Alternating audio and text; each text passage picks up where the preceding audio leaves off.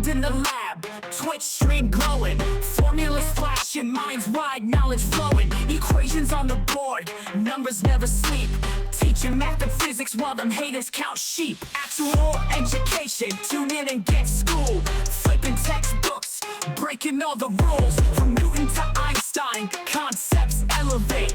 Keep the stream, it's the key to our fate. Dr. Gold dropping gems, knowledge raining down. Actual education making scholars all around. Perpendicular minds, angles sharp as ice. Maths and physics, yeah, the future's real nice.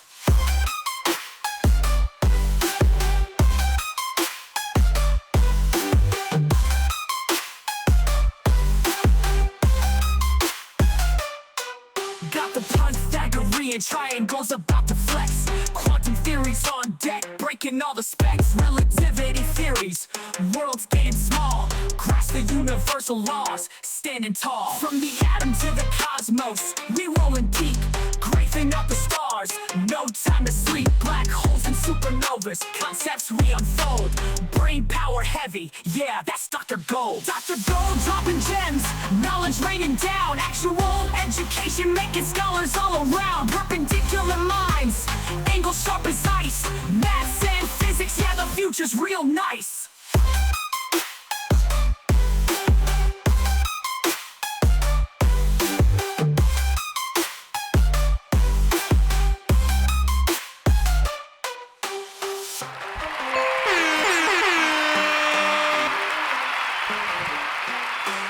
Good job. All right, what's up, everybody? Oh, I fixed my green screen back here. Come on, green screen. Play nice with me, green screen. Okay, I think it looks okay. All right.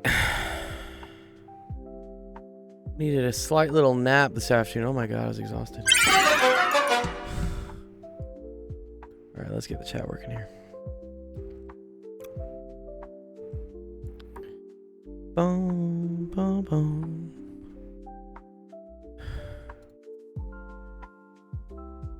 And then, yeah, this should work. What the hell? One sec.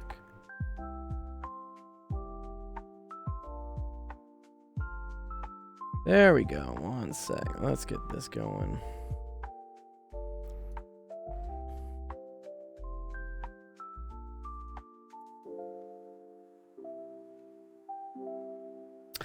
Boom, boom, boom, boom. All right. Nice. That's working. Let's see if my chat must work today. So like send a little test message. There you go. Cool. There you go. Nice. Okay, what's up, everyone? It is Wednesday. Nice. Midway through the week. They call it hump day or something, yeah?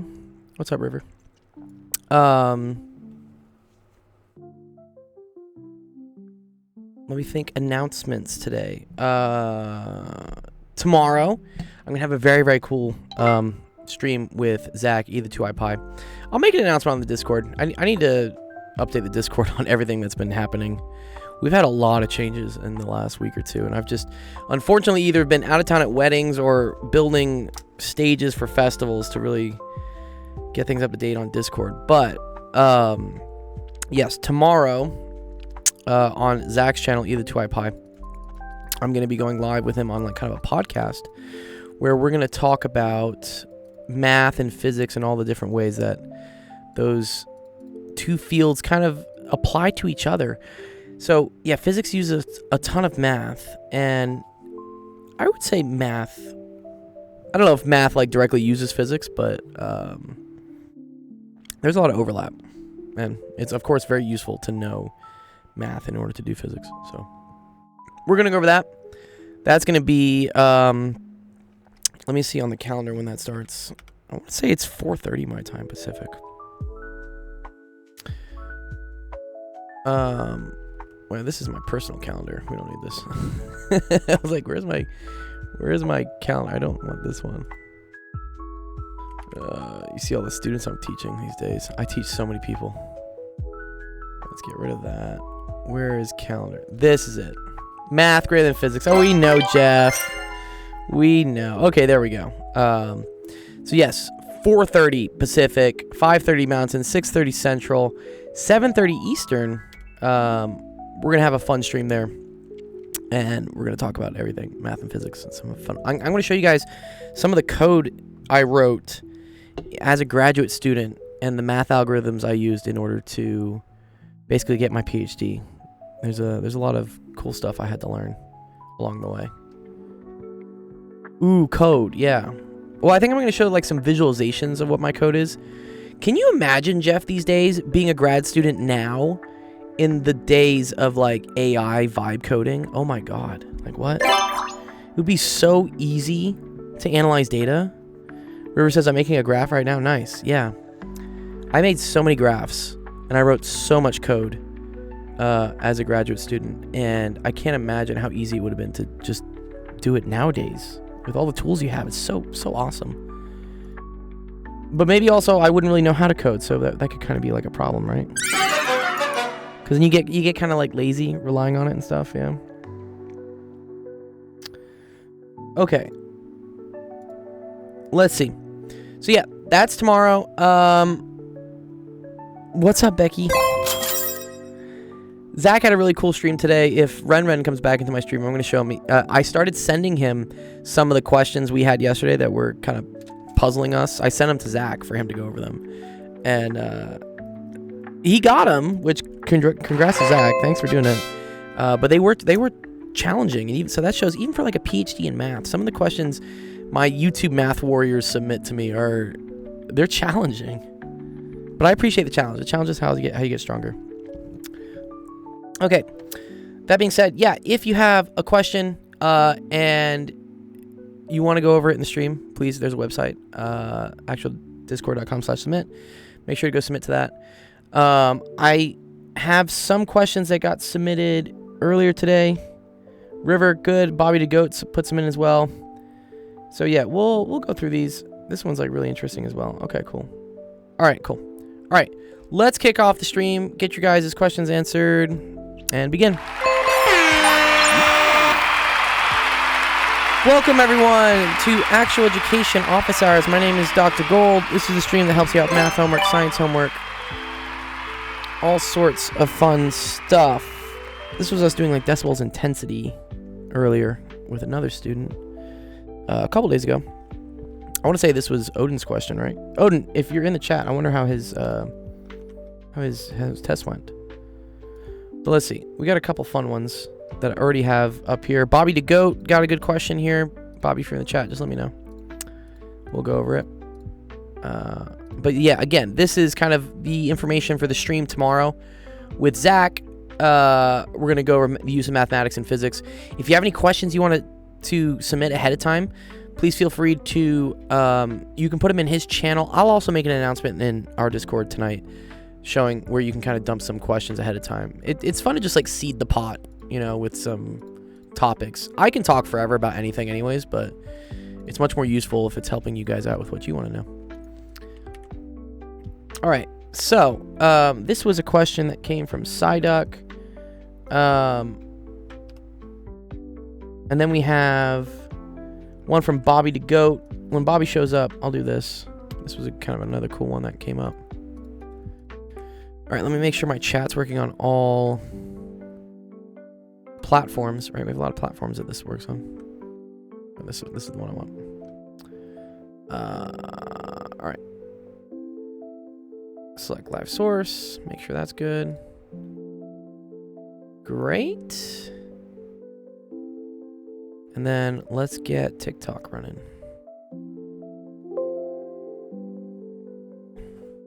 Sometimes takes a little bit. Bum, bum, bum. Someone commenting on my video saying if you understand phase shifts, it's so much easier. Duh. But phase shifts suck. Not many students understand how to do a phase shift with sinusoidals. That stuff happens all the time. All right, let's see. Yeah, so if Bobby shows up, I'll do this one. Let me see this one. This one's from Psyduck. Got submitted earlier. And it says, okay, let x equal 4 divided by this Huge mess. Find x plus 1 to the 48. Fascinating. Okay. It's kind of an interesting one. I wonder how we're going to do this. Okay.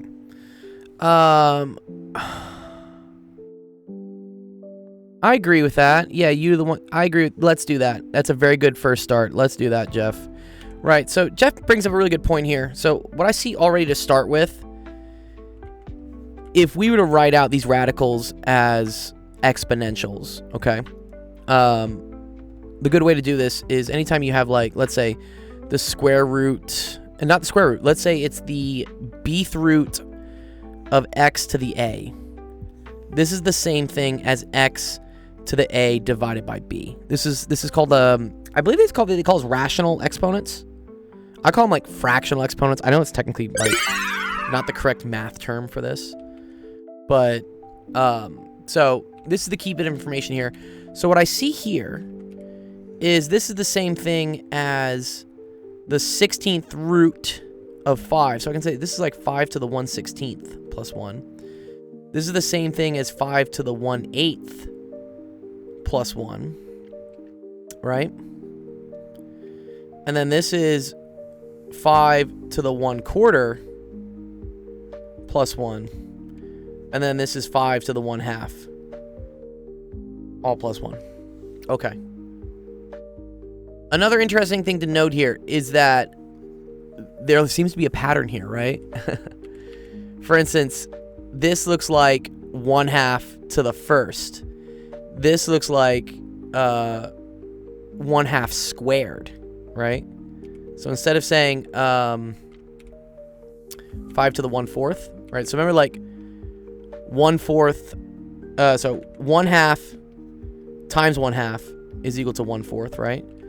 So 5 to the 1/2 times 1/2, that would be equal to 5 to the 1/4. And if you want to do like exponents of exponents, well, that's not really nice, right? Because I don't want to do 5 to the 1/2 to the 1/2. So let's go with Jeff's suggestion here. Instead of doing that way, I agree. Let's think about, for instance, 5 to the 1/16th can be related to 5 to the 1/8 somehow. Whereby this is the same thing as, or let's look at this one. 5 to the 1/8 is the same thing as 5 to the 2/16, which is the same thing as 5 to the 1/16 times 2. And this case I like, because this is the same thing. So if you have exponents times exponents, it's the same thing as raising to an exponent. So this is the same thing as 5 to the 1/16th squared. Yeah. No, I think you were right the first time. Yeah. Because then look at this. So 5 to the 1/4, that's the same thing as 5 to the 4/16, which is equal to 5 to the 1/16 times 4, which is the same thing as 5 to the 1/16th to the 4th. And then 5 to the 1/2 is the same thing as 5 to the 8/16, which is the same thing as 5 to the 1/16 times 8, which is equal to 5 to the 1/16 all to the 8th. I like that. Okay. This, I think, is a good little strat for us. Because I can now say, let u equal 5 to the 1/16th, okay? Then this would be equal to u squared. This would be equal to u to the 4th. This would equal to u to the 8th. And I can replace those numbers here. And let's see what we get. So if we do that,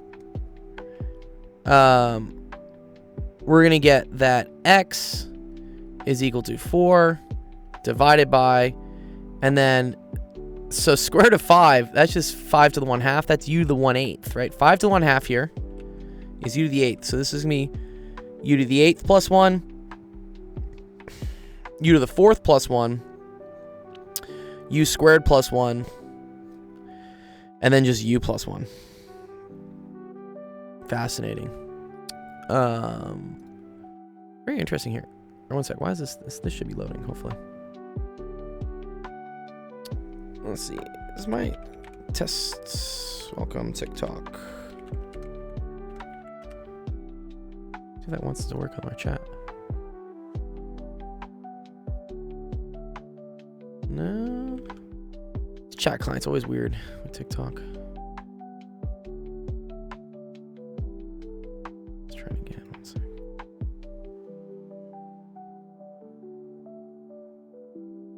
What's up, baby? How's it going? Nice. We're doing a little bit of math here. Okay, so let's see. The eventual end goal is to get x plus 1 to the 48th. How are we going to get there? So we're trying to get to x plus 1 to the... I'm doing good. Thanks, Ibby. I had a nice little nap. I went to the gym this morning. Now I'm going to the mental gym of Mathland. This is kind of a tough question.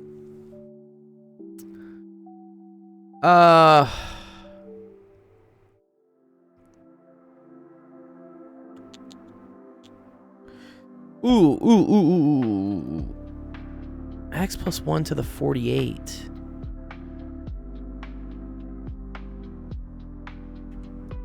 You did something that's similar? Okay. Do you maybe have a trick for it?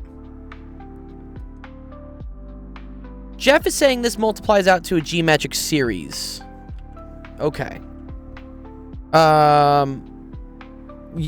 Jeff, you want to enlighten me on like how that happens and why that happens?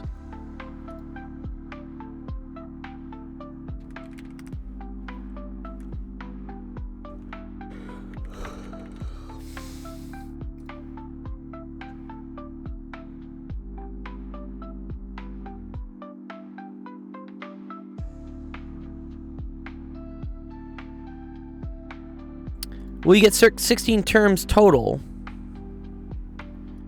I agree.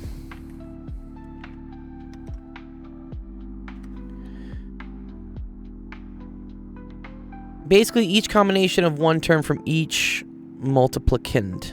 I see. So you're saying that u to the 8th is going to multiply by u to the 4th, multiply by u squared, multiply by u. So... if you work those out, the terms, they're binary powers. I guess they are. So let's see what we get. So this is going to be 4 over... Hello, Joanne, my favorite. How's it going, Joanne? How's Chicago? 12, 14... But this is 8... This is u to the 15, dude. This is ugly. I don't like this. What?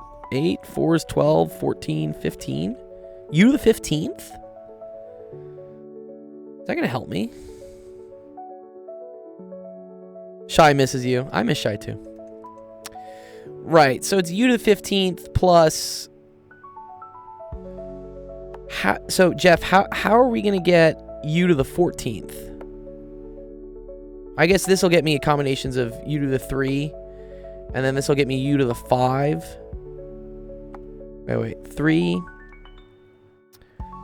8 plus 4 plus 2 equals 0. Yes, okay, you're right. Okay. So when this multiplies by this, and multiplies by this, yeah, we'll get you the 14th. Spicy Brownie says, can we do differential equations? We totally can. So Spicy Brownie, I'm glad you asked. If you want to submit a question to us, there's a website right there on the screen. Do you see where it says like actualdiscord.com/submit? So if you go to the website right here, we have a really easy way. You can just like type in your username. You can say like spicy whatever, spicy bread. I don't know what a spicy brownie is, by the way. But are brownies supposed to be spicy? But if you take a screenshot of like a sample differential equation you want us to go through, I can do it. How do you share your screen like that? How do I share my screen? I use OBS. That's what I use. But if you want to submit a question...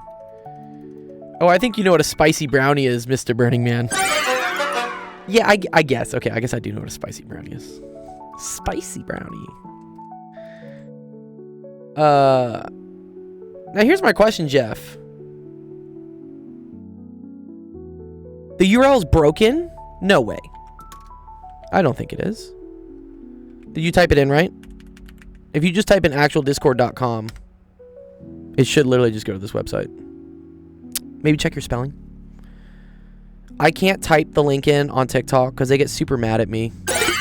And they don't, like, let me post links. But that link should work. You don't even have to put the submit on it. You can just do www.actualdiscord.com. Maybe I should come up with, like, an even easier website, like www.q.com. I want that website would probably cost a lot of money. Ideas for the future. Okay.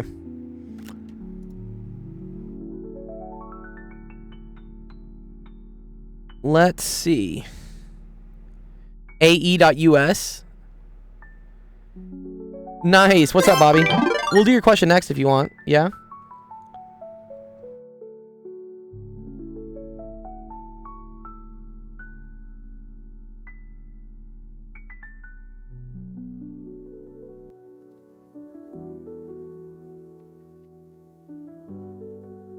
What does u equal again? Good. So u, we said in this case, was 5 to the 1/16th.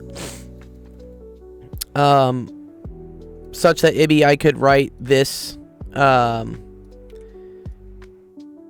as u to the 8th, and then u to the 4th, u to the 2nd, and so forth, right? Wow, we got a raid from Obi. What's up, Obi? Nice to see you, Obi. Pleasure, pleasure. As always.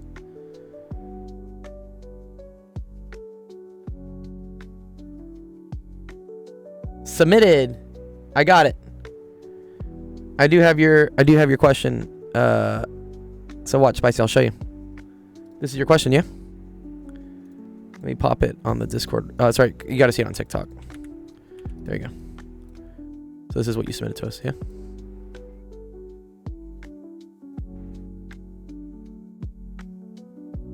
Yeah, cool. All right, we'll get to that in a bit. Let me just see if I can get this one real quickly. If I can't, I might punt on it just for a second. Becky has something with, like, there's a lot of powers, And that's cool, River. You found out the basics of where fractals come from infinite tetration. Nice. All right.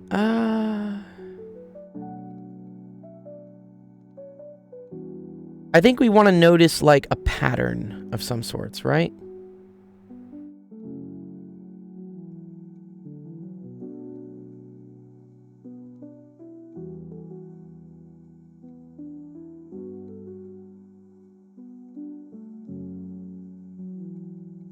Dun, dun, dun, dun.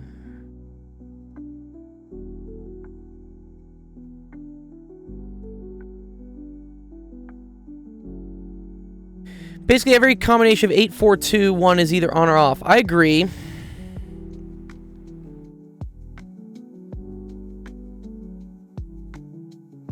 Okay. But I'm not seeing what I need to get to. I want to get to eventually x plus 1 to the 48. How are we going to get to that 48?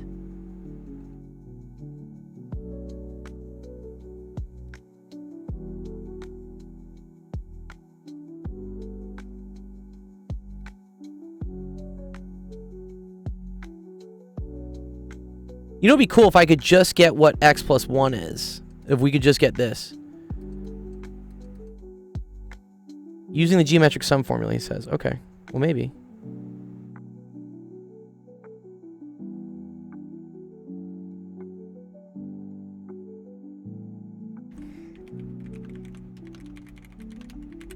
Let's see. Let's see.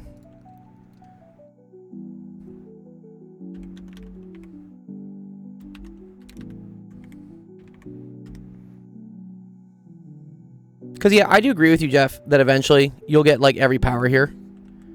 And then, okay. So this goes all the way down to eventually just 1. Okay. And so this is the summation from n equals 1 to 15, right? Of u to the n. U to the n minus 1, right? Is this what we have? That's what this is when we multiply all these terms out. And I don't think the terms double, right?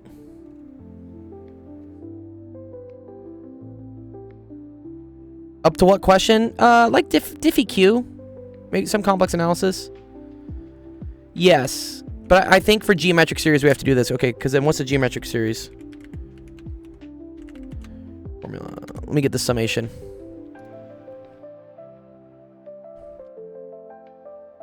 Can we do discrete math? You can try, but I may not know it, honestly. Okay, let's see. I can try to learn discrete, but yeah, that is kind of like the upper knowledge of what I know. Ooh, woo, woo, I want to dance with somebody. Okay, cool. All right. So this I see here, right? Yes, this is the geometric series for S15. Right? Is that kind of what we see there?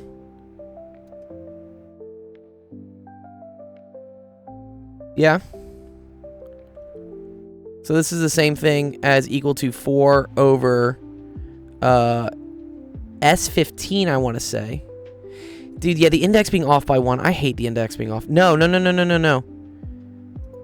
Okay, watch. This is for sure. This is it starting. This is the indices starting at 1. Right? I agree with this. Yeah, no, it's okay. This is what it is.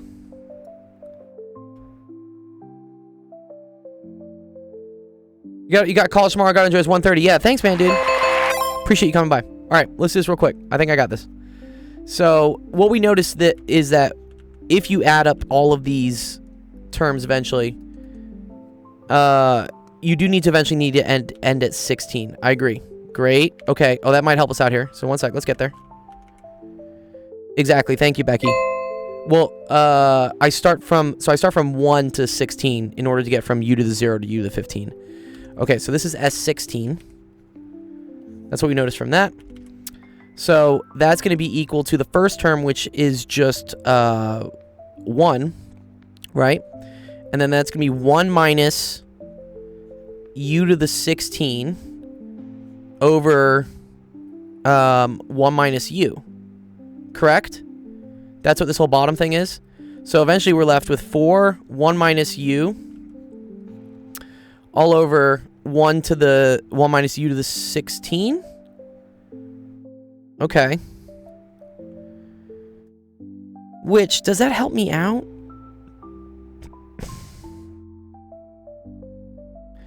Because eventually I'm trying to get x plus 1 to the 48. Yeah, I don't think that we're trying to get this. So I think I want to get this in a form where I have like... Okay, now add your 1.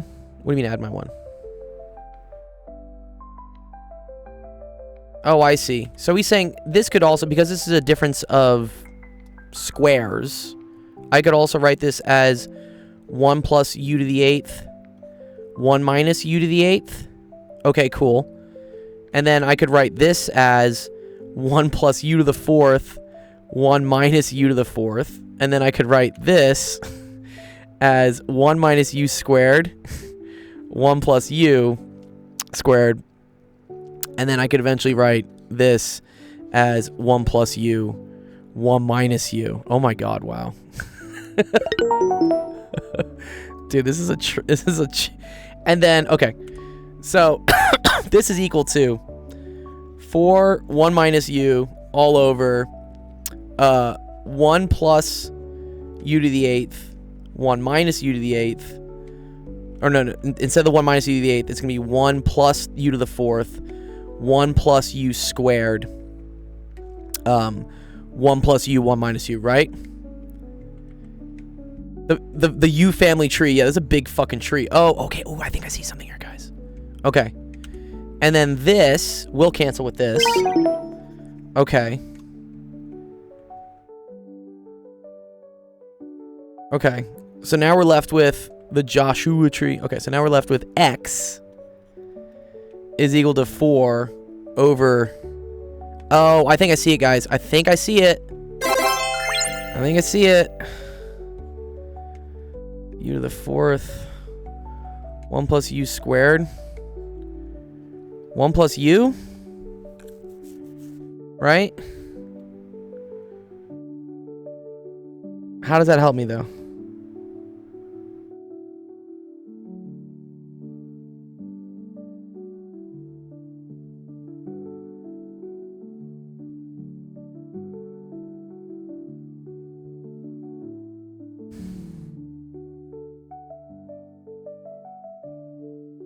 I think it looks like a theorem says, yeah, maybe.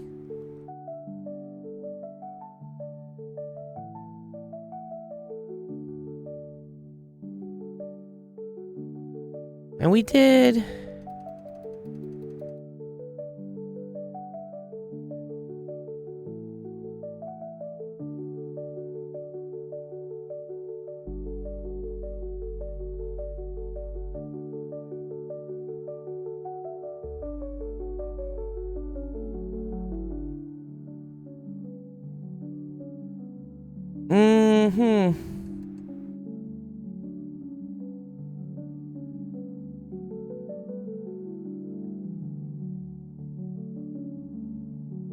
Haven't you seen Math Lives in a while? Well, welcome, dude. We are the math channel. Okay. X is equal to 4.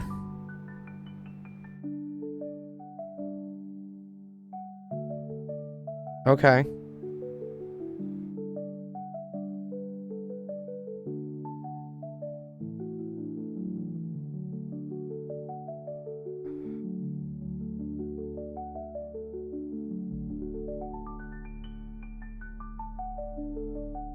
He says, actually, you want to add the 1 minus u to get your 1 there in the first and then factor. I agree.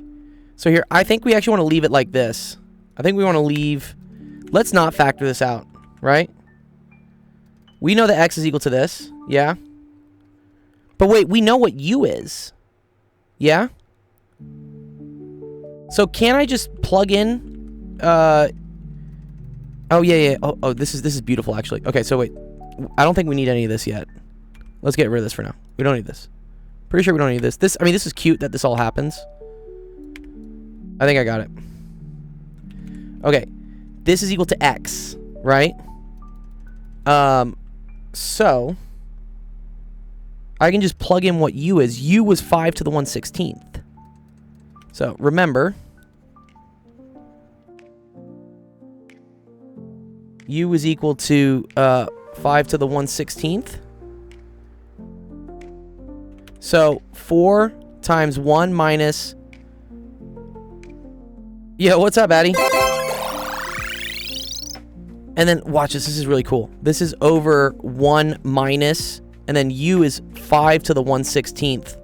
To the 16th. Right? Beautiful. Because look at this. This is now 5 to the 1/16th to the 16th. This cancels out. And then that's just 1 minus 5. Oh, super cool. Seeing these complicated math is kind of making me want to lock myself in my room and try to understand it. Well, come understand it with us. It's a fun little puzzle here. Okay. So, this is 1 minus 5 to the 1/16th all over 1 minus 5, which is negative 4. Okay, watch this. So this is this. That cancels. So I have negative 1 minus 5 to the 1/16th is equal to x. And putting a negative is the same thing as just flipping the signs here. 5 to the 1/16th. It's okay, Bobby. We're going to do yours next, and it'll be a little bit easier. This is equal to x. Oh, this is beautiful. Watch this shit. This is so cool. Now I move this over. X plus 1 is equal to 5 to the 1/16th. And our original equation wanted us to figure out what x plus 1 to the 48th was. Oh, it just pops out like that. That's so cool. I don't know. This is satisfying for me. It's just like a dope puzzle. It just like solves itself. Okay. So now this to the 48th is the same as this to the 48th. 1/16th to the 48th is the same thing as 48 times 1/16th. This is the exponent rules, right? So this is 5 to the 1/16 times 48. 48 over 16 is 3. You get 5 cubed, and the answer should be 125. What? Oh, that's sick. Oh, my God. Hell yeah, dude. Lil Yachty's coming up on that one.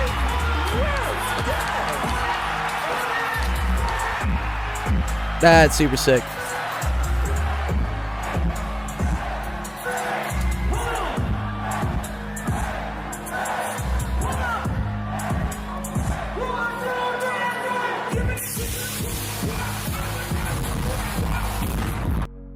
Okay, cool.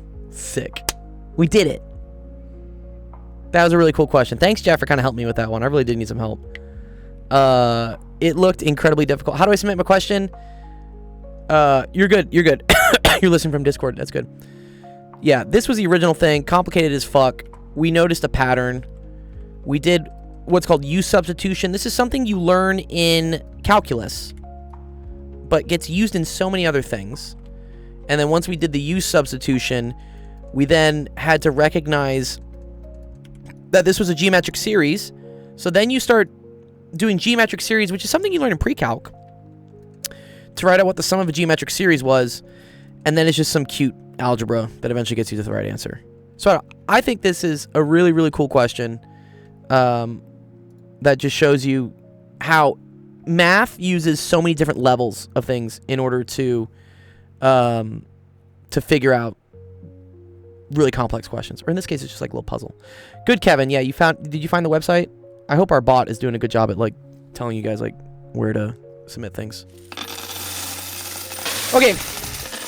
Cool. River has one for Loppy Tall, Spicy Brownie. Let me do Bobby the Goat.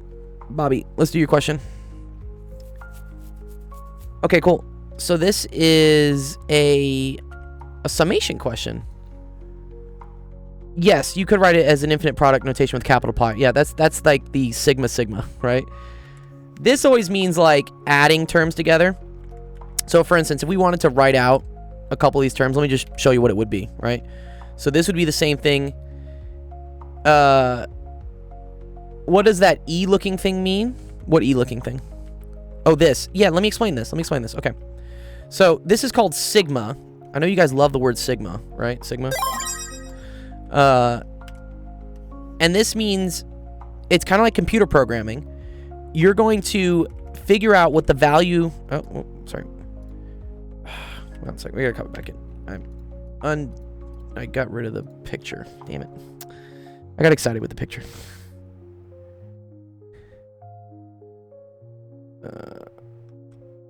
There we go. One sec. Okay. There you go. All right. Yeah, so what sigma means is I'm going to evaluate what this is at n equals 1, and then I'm going to add it to the next term where I bump this n to n equals 2. And then I keep doing that up to 64. Good job, you guys, submitting, questions. Yeah, so the queue, you should see your name on the queue there. Although I think it only shows the first 3 right now. Right, so this is the same thing as 7 times, let's say, 1 plus 4, okay? All that together. And then we add it to doing the same thing, but this time, n is now going to go up by 1. So this is going to end up being 7 times 2. Okay?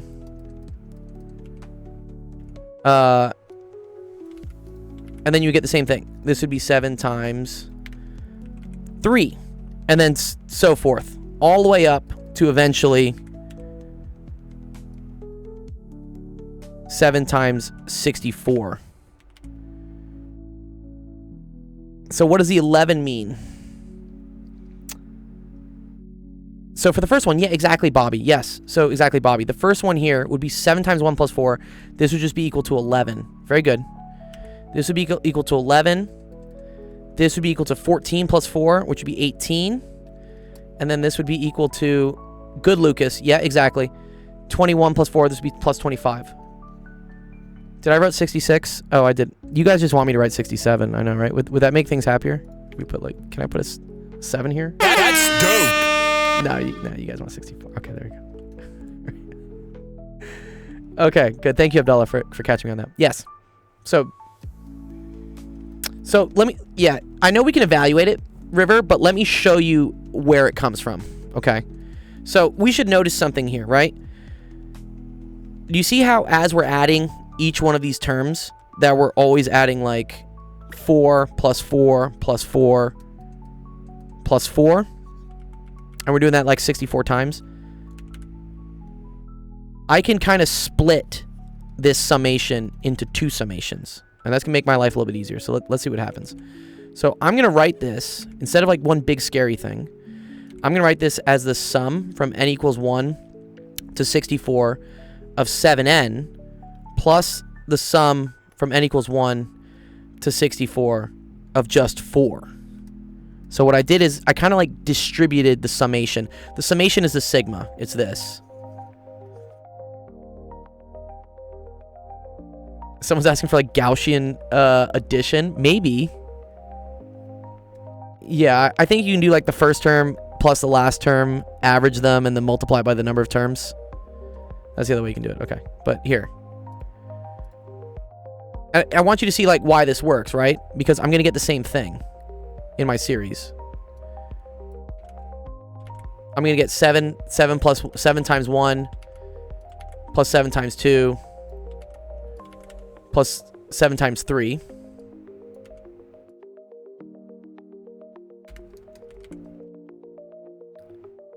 Yeah.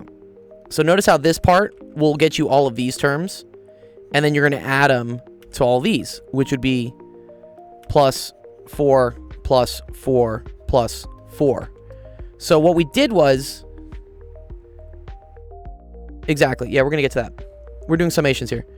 So, Bobby, what I did was, instead of doing this one big summation, I'm writing it as 2 simpler summations. And what we should know from addition, right, is I don't care the order in which things are added. So if I wanted to rewrite this as all the 7 multiplying things adding each other, plus all the 4 things multiplying to each other, like this, right? This would go all the way out to 7 to the 64.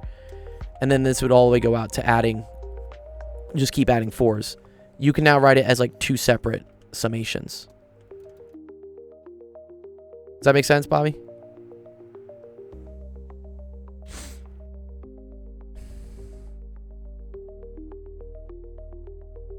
So, no, n is not just the value we're trying to get. We're trying to do this summation, okay? So, there are some summation rules that make things easy. So, anytime you have something like this, which is just n equals 1 to 64 of just a plain number, this is also equal to just 64 times 4. And you can think about this, because this is going to keep adding 4s to each other, and it's going to do it 64 times, going from 1 to 64, right? This would be like n equals 1, this would be like n equals 2, this would be like n equals 3, and so you just keep adding 4s, but you're adding up to 64 of them. So adding 64 4s together is the same thing as just doing 64 times 4. Okay?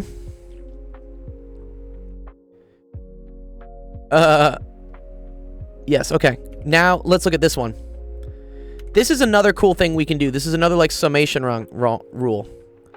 Okay? Where, when I have just a constant, like a number being multiplied here by n, I can just pull this number out and then do the summation. This is the same thing as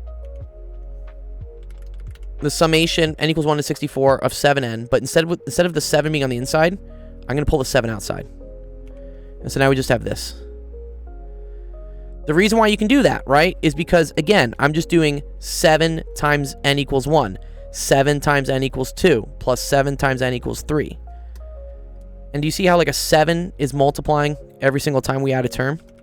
So I could add all the n's up and then just multiply it by 7. Exactly, factor it out.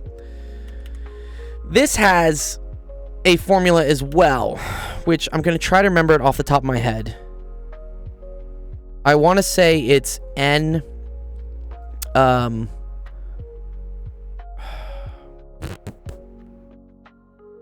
I think it's n plus 64 divided by 2 times 64.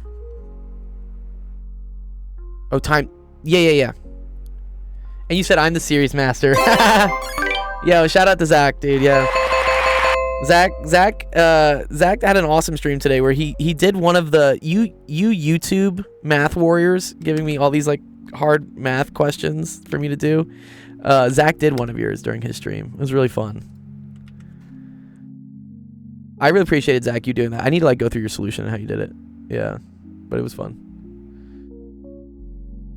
Lucas says, isn't it n times n minus 1 over 2 divided by 2?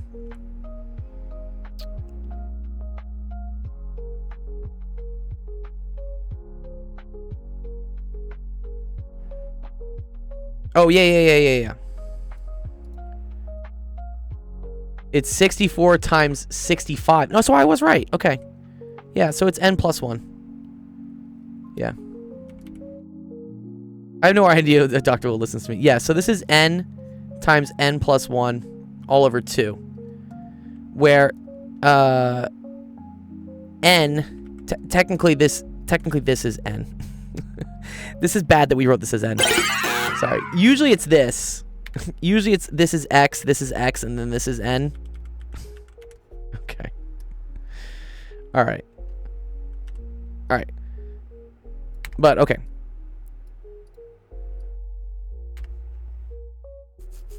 Yes. What level math is this? This is kind of like pre-calculus. So, yes, Constant, I think it is, yes, this is going to be 65 over 2 times 64. Let me explain why that is in a second. We'll get that. So, we're going to get 65 times 64 all over 2. But remember, there's also a multiplied by 7 on the outside.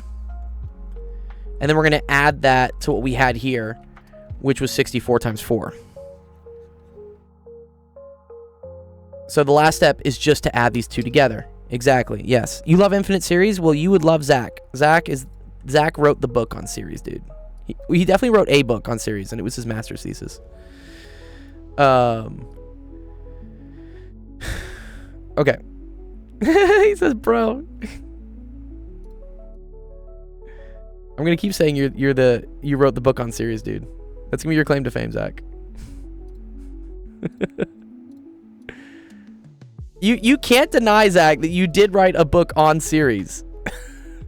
You wrote a book. People are gonna start thinking I'm Euler.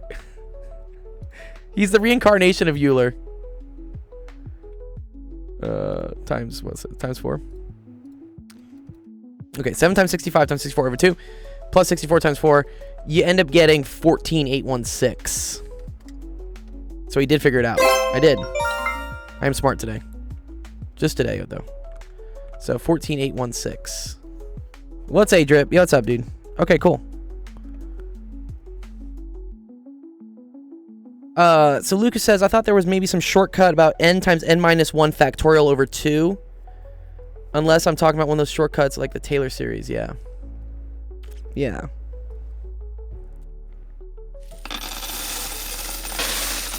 So, this formula we did here, let me kind of like try to explain it, how it works. Oh, I do need to drink some water. Thank you.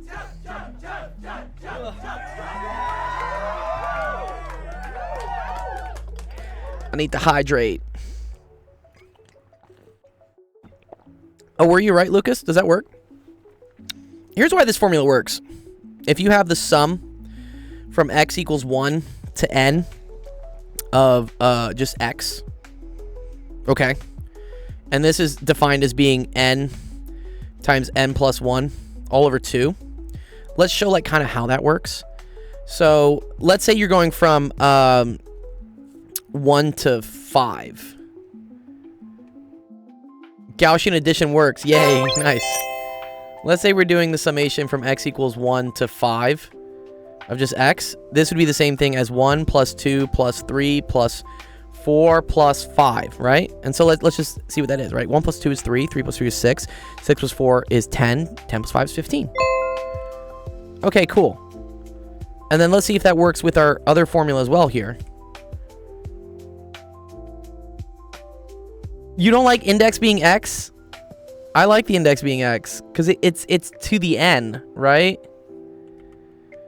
Yeah, but watch this. So if we plug this in, right? So in this case, n is 5. So I'm going to say this is the same thing as 5 times 5 plus 1 all over 2. That's the same thing as 5 times 6 over 2. 5 times 6 is 30. 30 over 2 is 15. So you see how you get the same answer? Let me explain like kind of why this works, because it's pretty cool here. So when you take n plus 1 divided by 2, what you're doing is you're taking like the average of these two values. So this is 1, right? Really, I think what this is this is n plus like n naught, right? And then this is like n minus n naught, like if the series doesn't start at 1. But yeah. So here, this was 1. This was n. Yeah, exactly. I'll show you if it doesn't start at 1 what it is. I'll show you. It's cool. So n plus, how would I figure out the average between this number and this number, right? What's the average number of these two? The average would be adding them up and dividing by 2. Notice how that's 1 plus n all over 2. This is the average, right? So that's the average value of this series. And now I need to just multiply by how many numbers are in the series. And that's equal to n. Right? Notice I have 1, 2, 3, 4, 5. So that's why you get the average of 1 and 5 over 2. So the average value is 3.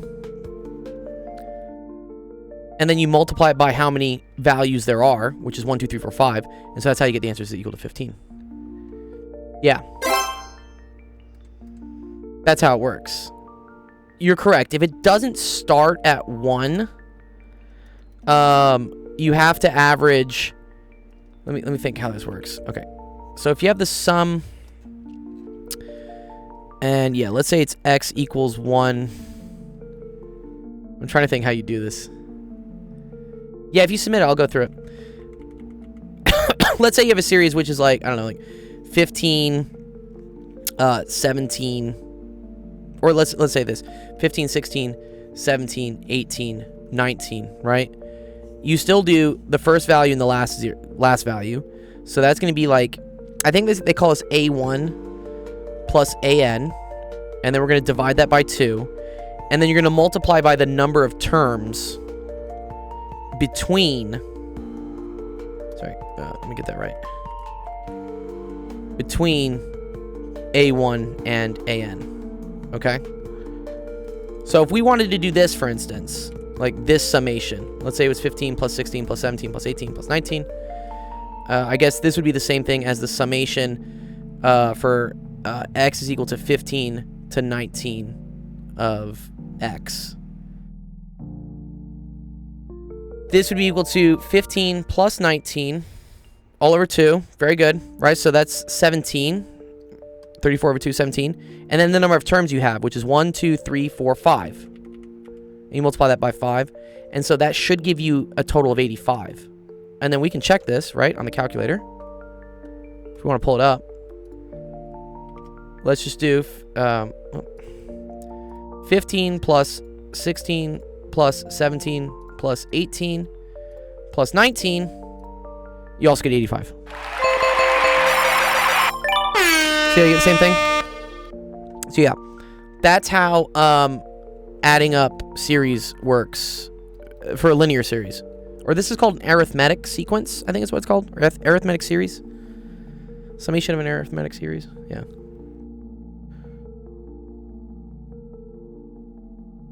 When you're finding the c term from a trinomial, you can just do b squared over 2. What is that?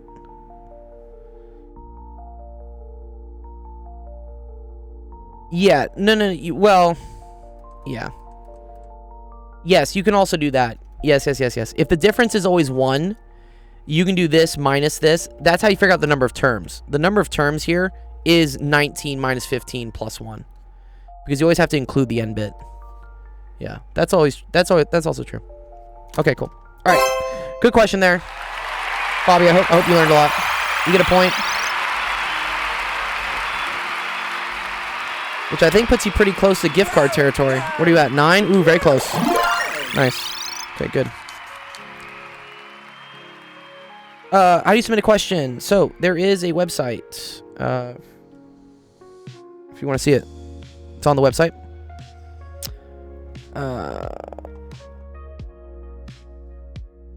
Let me see if I can pin. Can I pin comments here? Yeah. There we go. Let's see what the queue's at so far. Okay, cool. Yeah, I'll get to the Twitch coins as well. Good. Let me just give you like a little demonstration of what we got so far. So I got integrating factors. I got River with L'Hopital's rule. Spicy brownie. I got Becky with this. Becky, let's try yours. You want me to prove like why this is true? And then spicy brownie, you're next with your differential equation. So we're gonna go through this one first, and then we're gonna go do this one, and then we got another one. Lucas has a problem also. Ooh, Lucas, what is this? What is this question coming up here? Uh-oh. I see lots of stuff. Dear Schley, gonna hurt me. Yes, Lucas, I see it. All right, we'll try it out. Yeah, the invites aren't instant, but I'll give you invite credit in this, and like eventually. All right, let's do this one real quick. Oh man. So we're asking, what's the value of X that causes this to be true? You guys hurting me. Becky, always with the fun ones. Let's see if we know how to do this. Okay. I always gotta get careful with my power to powers, right? Like, what's the order I can do? Can I do this? First of all, Becky, can I say this is the same thing as 8 to the negative 1 over x? Well, no, wait. Like, I always forget, like, how the parentheses work with things, if you know what I mean. Well, I can already write this. You do start from the top. Okay. Well, x to the minus 1 is 1 over x. Big log. Yeah, it's a big log. Okay, so here, let's...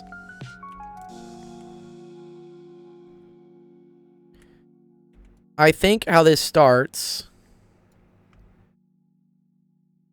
is we have this, and then this is to the negative 1 over x. Big log. Yeah, walk softly, carry a big log. Correct me if I'm wrong, right? And then 8 to the negative 1 over x. Well, I don't really know what that is. That's 1 over the 8th, 1 over the x root of 8.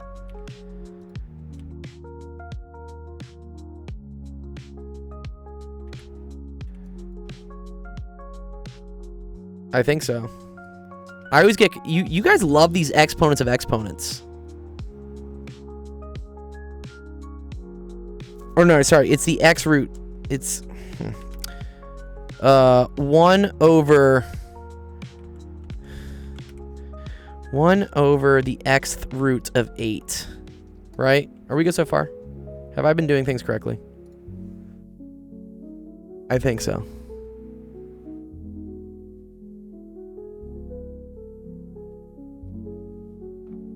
You think it's the negative x root?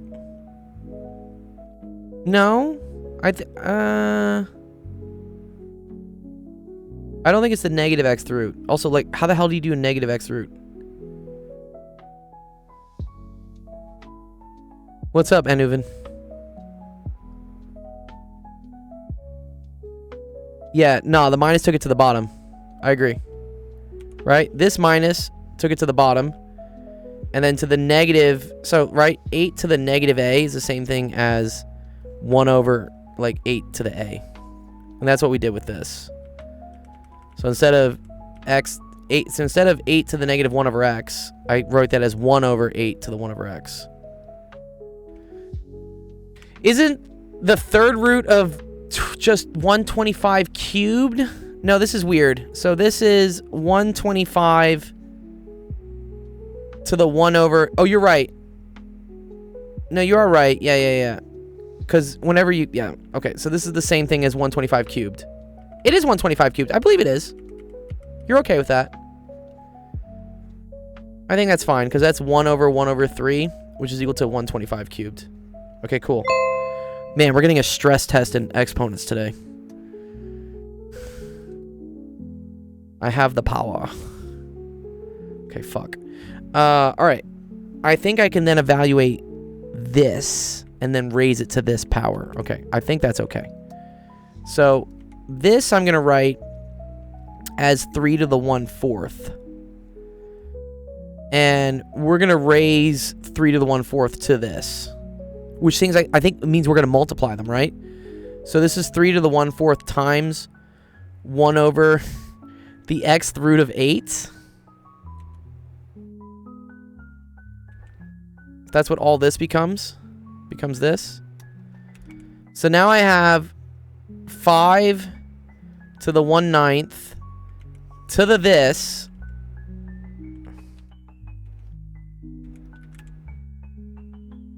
Which means it's just 1/9 times this. Double product rule, maybe.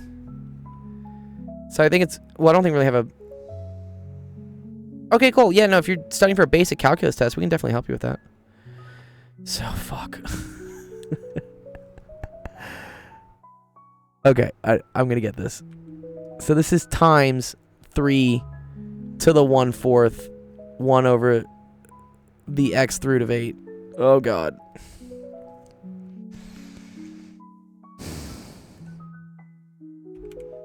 Okay, that's the same thing as 5 to the 1/3 squared times 3 to the blah, blah, blah, blah, blah.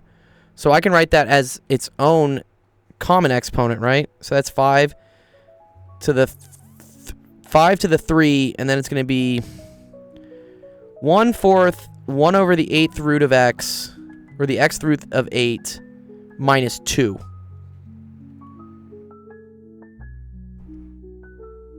So random user, if you want me to help you out, best way for me to help you out is submit a screenshot of a sample like product rule question you need help with.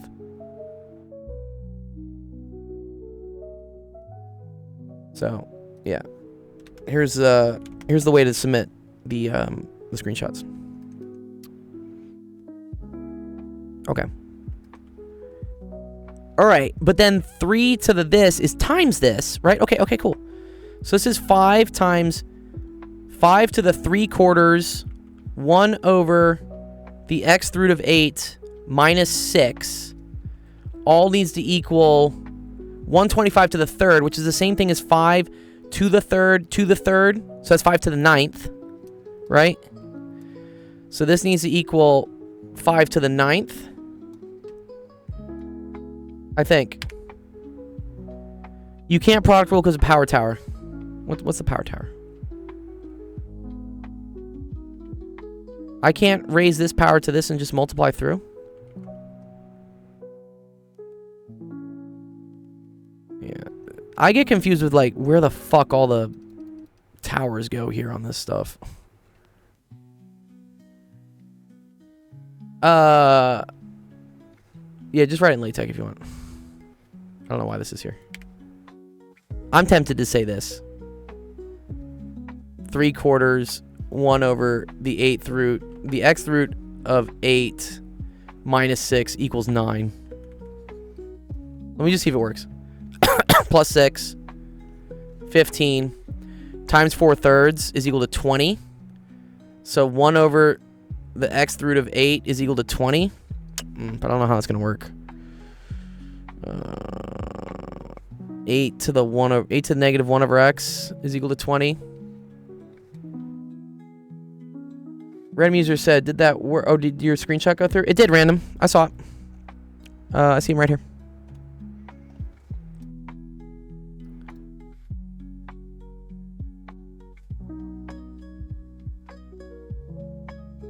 Okay.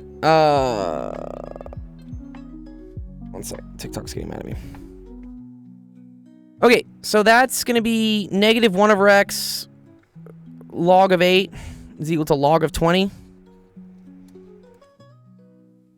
So I said x equals negative 1. Yeah. Right? Bring out the 1 of x. I agree. And so x is equal to negative log of 8 over the log of 20. Cool. All right. I don't know if this is right. I'm going to try. I think it's right. But this was the massive thing. Okay. If someone wants to do a write-up of like the exact like power tower rules here, I'm more than happy to go through it. But let's see. The queue's already up to 9 questions. So let me run through a little bit. All right, cool. Good question back. Yeah, I appreciate it. It's cool.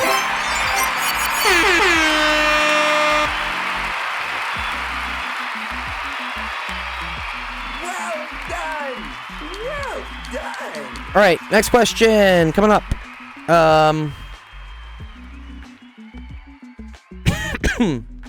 This one comes from Spicy Brownie. This is a differential equations question.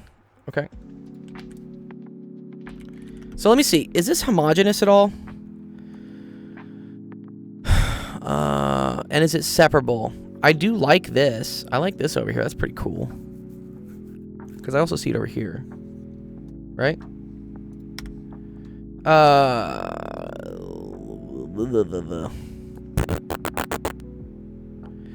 XD. So in differential equations, you always have to identify what kind of family this question belongs to, like what type it is. So I usually don't like things in front of the dy dx, so I'm going to divide that through also because I see it over here as well. So this is going to be dy dx plus 2xy over x squared plus 1 is equal to 1 over x squared plus 1 squared, right? And when this happens, is this integrating factors? Let me see. Paul's math notes is great. I love Paul's math notes. Let's go to Paul's math notes. He's a G. Yeah, if you guys ever want like a great... Okay, this is actually what I fucking want. Nice. Yes. Yeah. Okay, so anytime you have like... In this case, it's dy dt. But if it's dy dx... Here. Let's see if this is what we have. I think it is.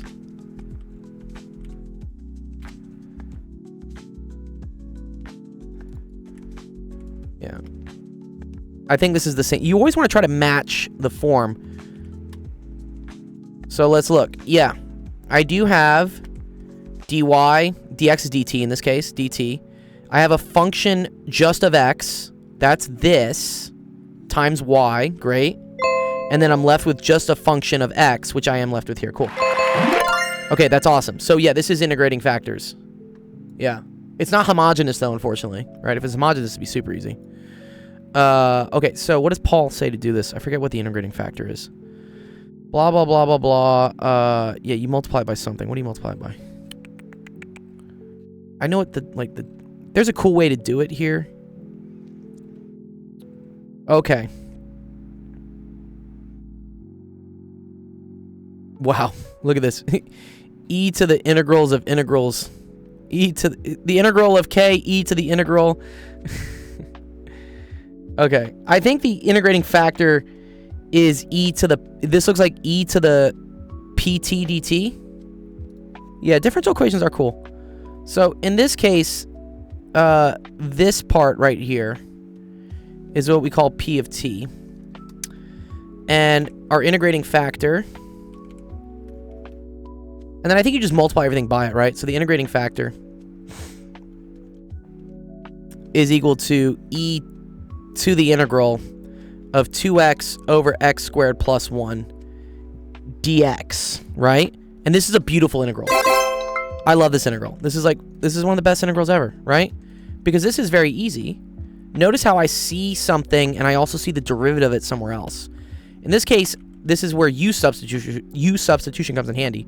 If u is equal to x squared plus 1, then du is equal to 2x dx. That shows up right here.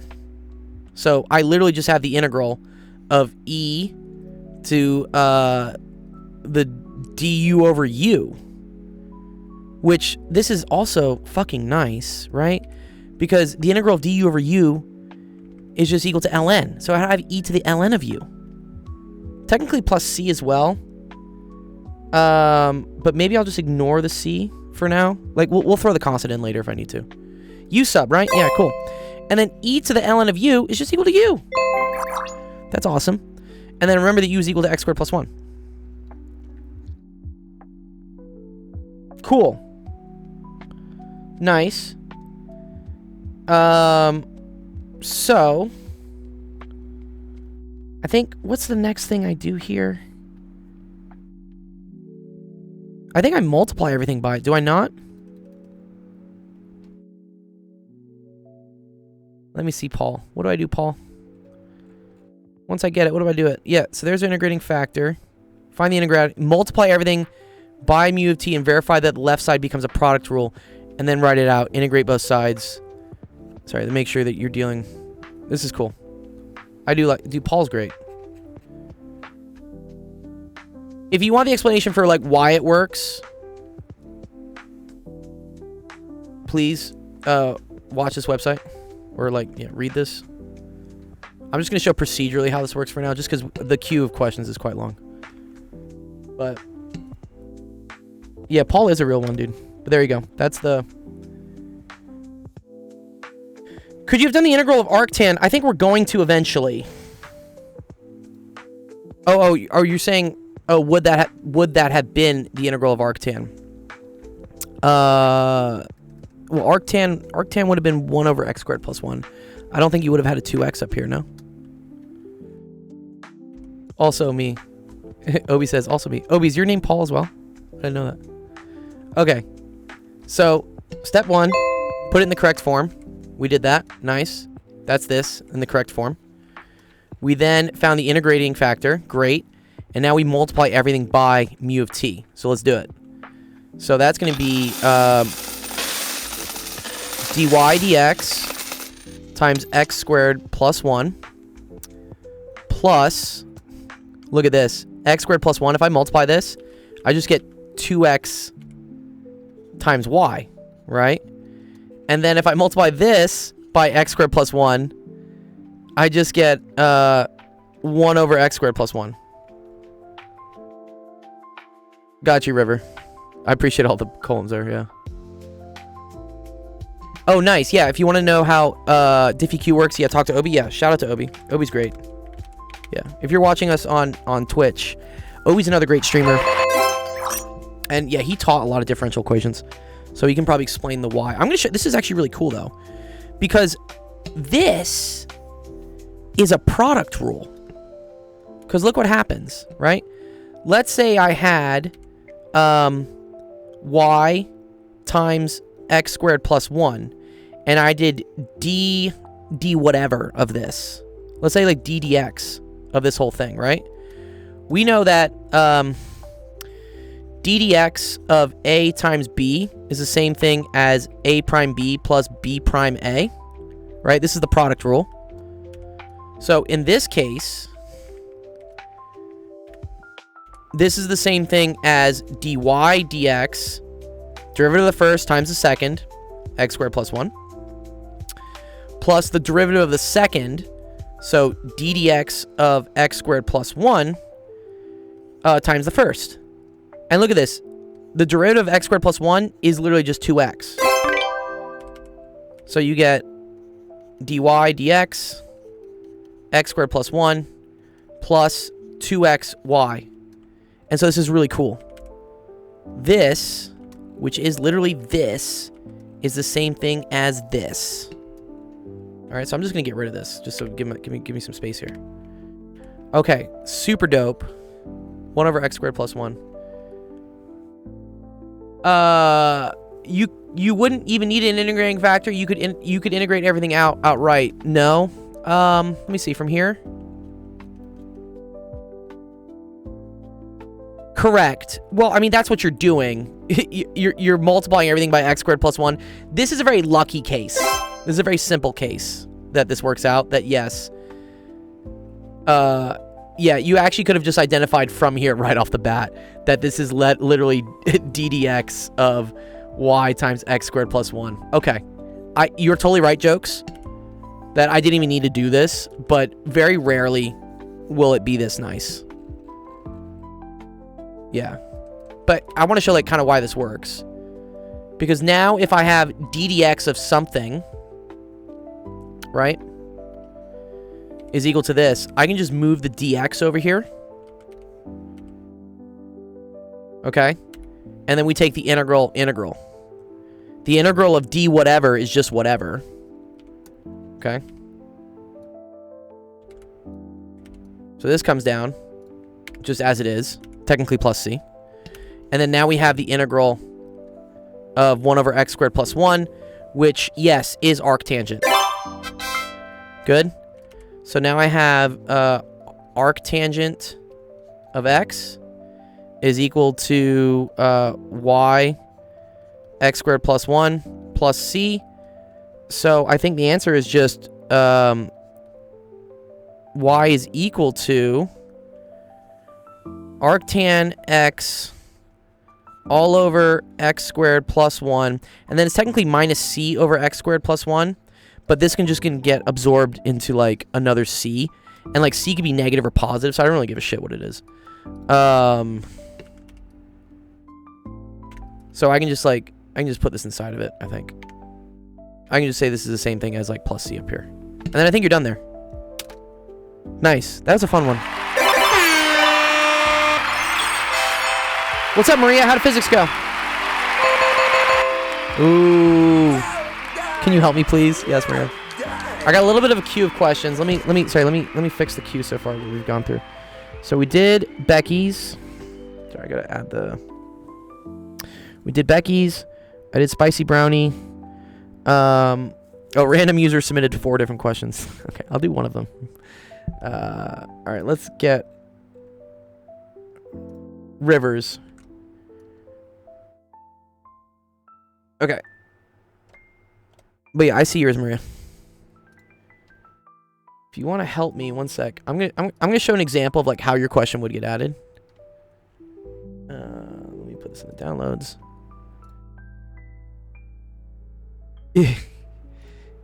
Yeah. So, oh, you meant just the very last one. Okay, I got you. Woohoo! I got you, random user. So, just for those that are watching, if you want to add your question to the queue, just go to submit.actualdiscord.com or whatever it is. And so here, I'm going to put your name, watch. I'm going to say Maria. And then I can drag and drop in your image. And I'm going to hit upload. And then you should see something here. Eventually they'll say, cool, your screenshot was received. This is how you know that we received it. So now yours is added to the queue. Because if we go here to the queue of questions, you're right down here, Maria. Also, Yadavir, yeah, you asked questions on yesterday's stream, Yadavir, so I will help you out as well. Guys, I'm a veteran here. Yeah, Maria has been here a while. Okay, let's see.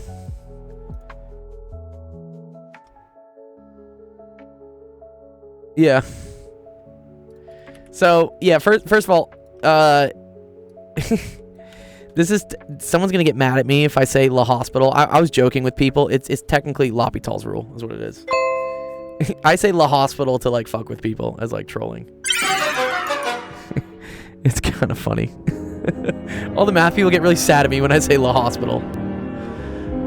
Okay, so, how L'Hôpital's rule works here, right, is we say if I have a function that is equal to, let's say, like, some g of x over some h of x, and that is in what we call, like, indeterminate form. So that's either like 0 over 0 or infinity over infinity.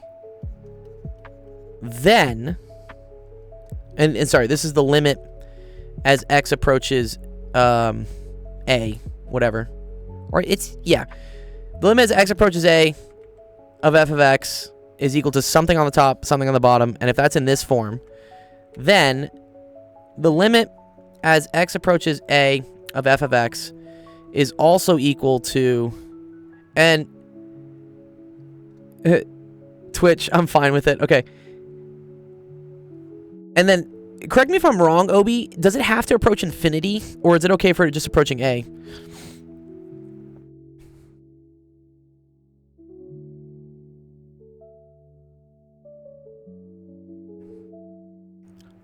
I didn't see your write-up on tetration. Sorry, I had to go teach logic. I saw you do the one question.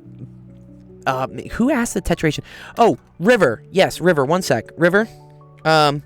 So Zach, I think, did do your tetration question. So if we go to Zach's stream here, was it? Is it? Or here it was. Yeah, good. Okay, awesome. Yeah, this is where I think I stopped watching. Zach was around here. Okay, and so this, where did we do the tetration? Let me see.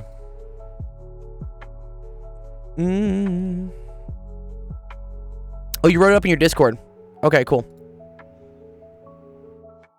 But yeah, this was also good. Ren, he did your question there too. Yeah, okay.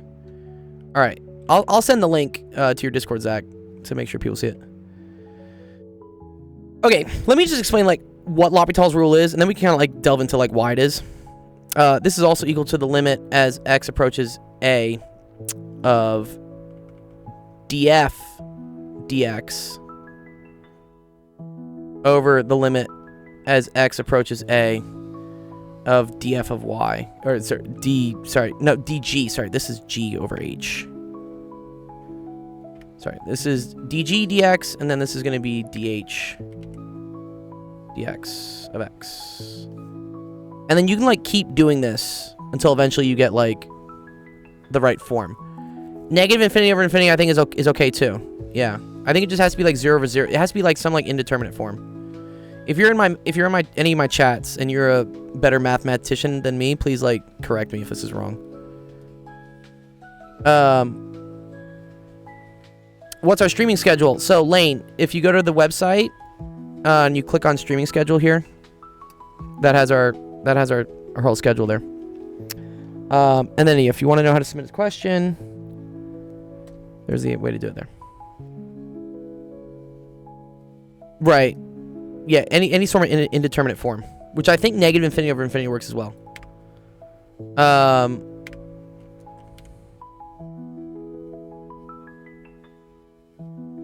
Well, no, it's... Yes, but infinity over infinity is not the same thing, right?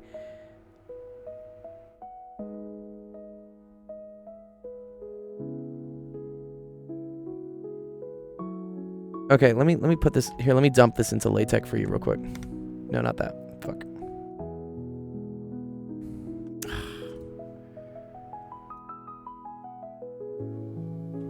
Let's see if that works.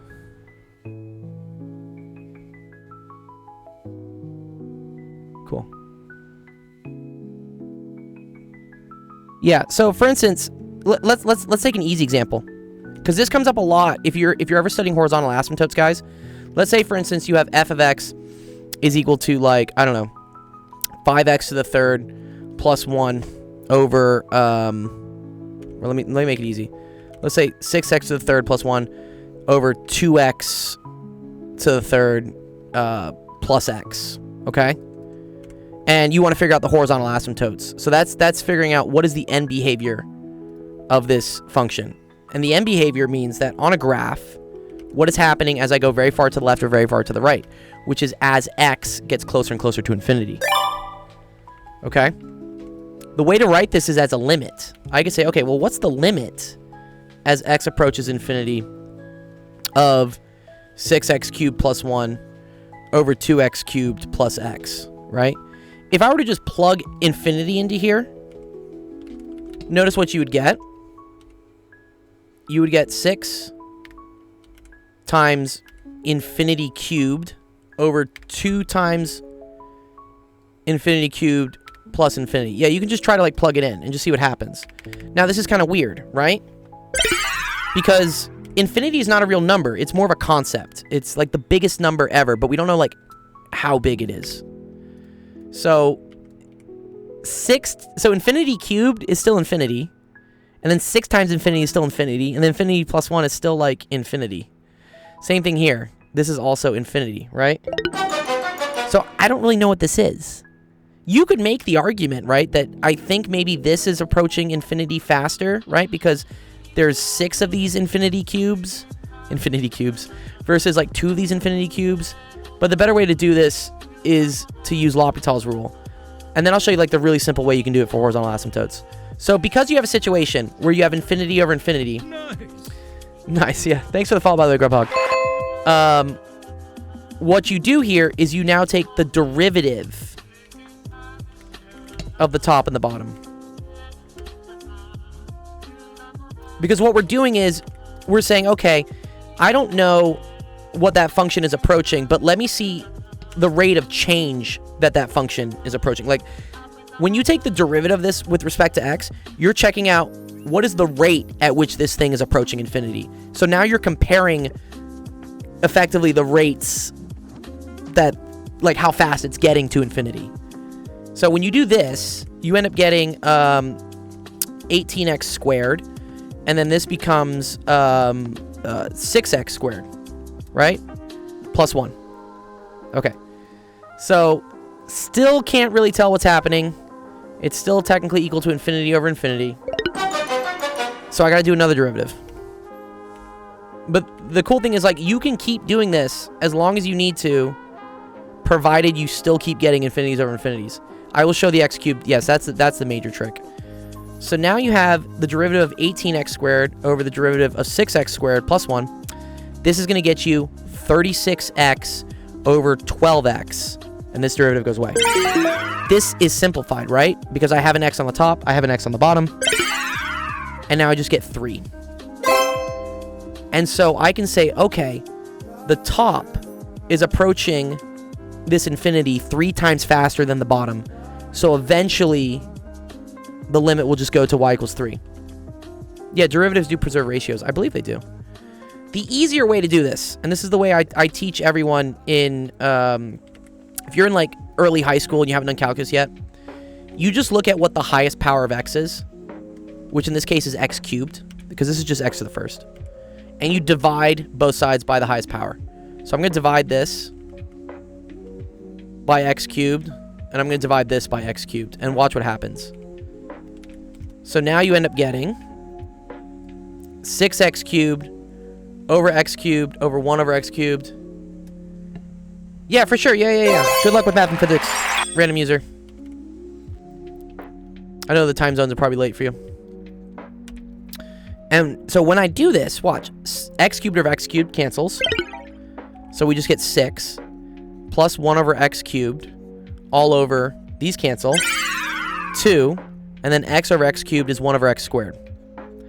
Now, if I'm taking the limit as x approaches infinity of this, I'm just plugging in infinity into here. Okay?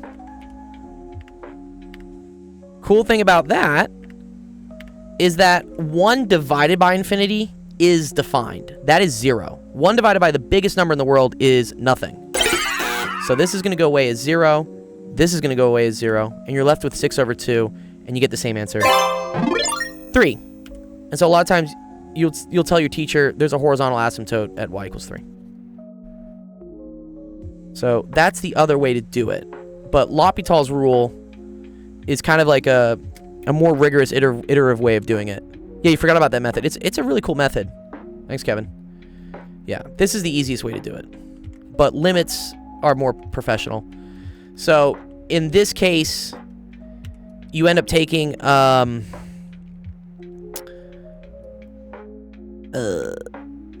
yeah, I forget what you do here, but this ends up just equaling e. That's how this works.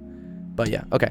Let me get through some other questions, but I hope this kind of like makes a little bit, this basic example at least makes sense for how like L'Hopital's rule works. Good question.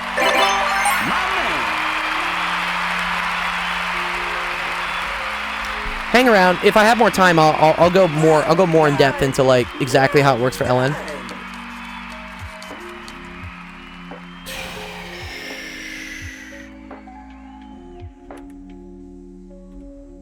Yeah, it's okay. I don't fully understand how to do it honestly, as well. Yeah, but it does work, and it's cool. It's sick. That's dope. All right, nice. So we'll clear the queue from. Sorry, where's that question? From River.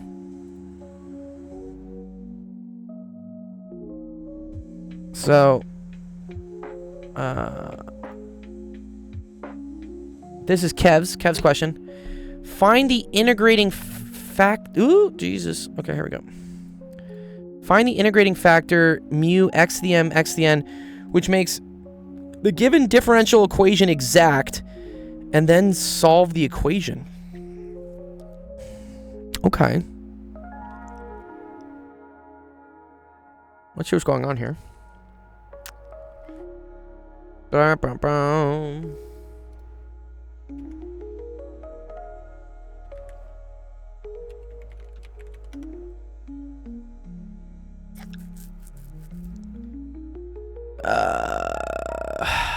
Well, is this in the form I want it to be?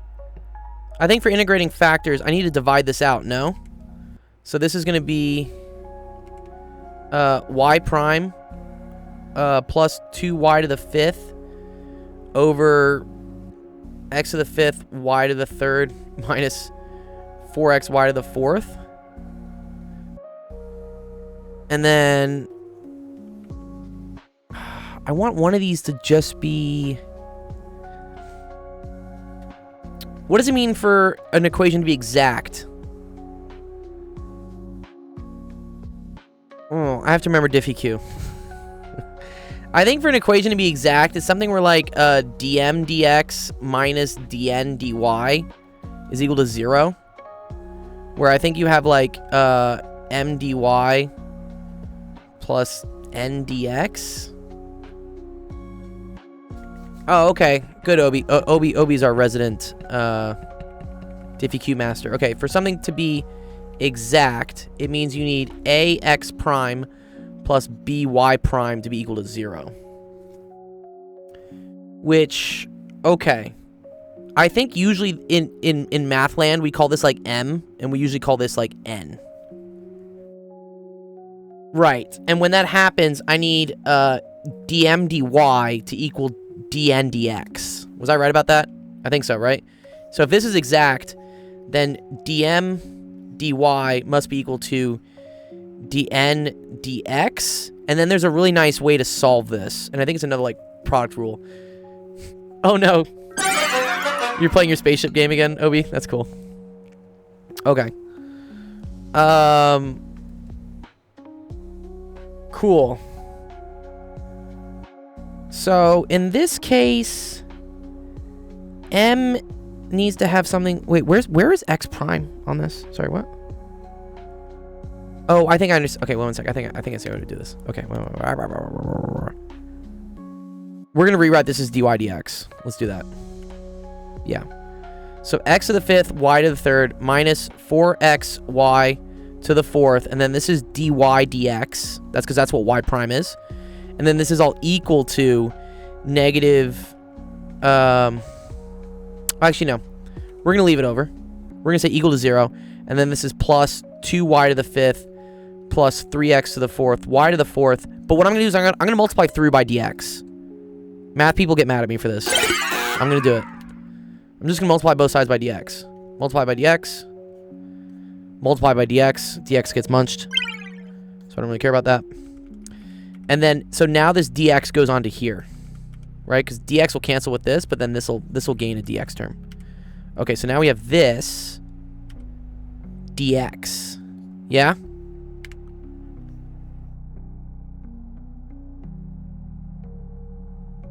Drury says the answer should be 2x minus 7y is equal to kx to the 8th, y to the 7th. We'll see. Here, I'm gonna...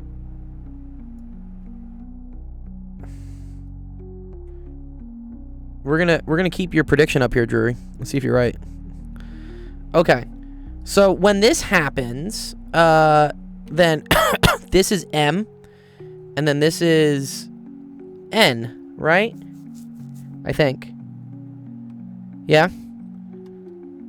And then, but I want some integrating factor. So integrating factor usually means I multiply the entire equation by mu.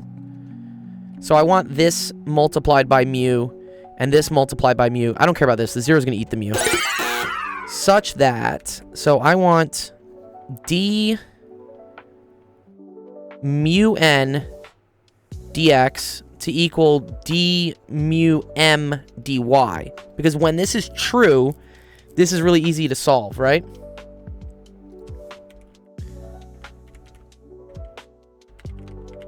Oh, you gotta go sleep in 10 minutes? Oh.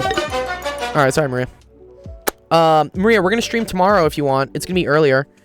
So, if you want, come by the Discord tomorrow. It's gonna be at 4 o'clock Pacific.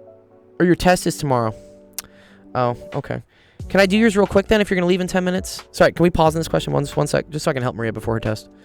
I can do it. It's okay. Let me see. Which one do you need? I do take a little bit of priority to if students have tests. Do you want to come to the stage and talk too, Maria? I can invite you if you want. And then we'll get back to the calculus. I'm very, very close with that. Yeah. What's up, Maria? Oh, you could talk here? Yeah, you can talk here. You can say, well, I mean, within reason. Yeah, don't get me banned off Twitch, please. All right. Yeah. Okay, what's up? What do you need help with on this for physics? I don't even know where to start because, like, I was doing the test that I missed when she was going over it. So. Okay, I don't cool. even know where to start.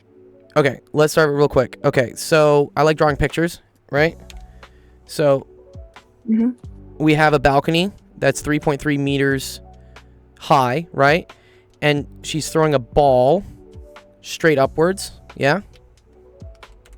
And then this is going up with a velocity v naught is equal, and you're right, Jeff. Yeah, I'm not streaming tomorrow. I forgot. Yeah, I have the thing with Zach. How long is it in the air? Great. Cool. So let's think about this.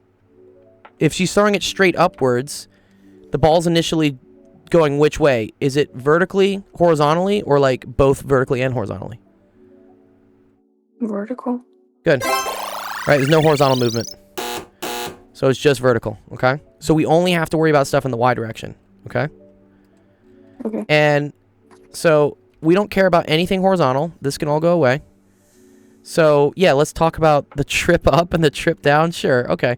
Because what's going to happen here, Maria, this is going to come up here to some, like, maximum height. And then it's going to fall back down. But ignore the left-right movement. It's not actually going left-right. It's just going up and down. Does that make sense? Yeah. Okay. Okay, cool. Sorry, I'm, like, sick. It's okay. I was kind of sick earlier, too. Yeah, you're fine. There's something going around. It's bad. Okay, this is down where h is equal to 0. Okay. So, on the way up, your initial velocity is 5. Your initial height, which we can call y naught, is equal to 3.3, right? And then in order to figure out getting to the top, this is going to be equal to y max. We don't know what that is yet. But we do know something. What happens when the thing gets to the top? What's the velocity at the top? Isn't it 0? Good. Yes. The thing is going up, and then as it goes up, it starts slowing down. And then eventually here, it's going to have Vy is equal to 0. All right? So let's compare what happens between these two situations by using one of the kinematics equations. All right? Because we want to figure out how high it goes. A good equation that you may have known is the timeless equation. So this is like v squared is equal to v naught squared plus 2a delta x. Or in this case, delta y. Have you seen this equation before? It's okay if you haven't. You haven't? Okay. No. Let me pull up the kinematics equations. What? I'm gonna pull up pictures. You tell me which one you've seen. Have you seen any of these?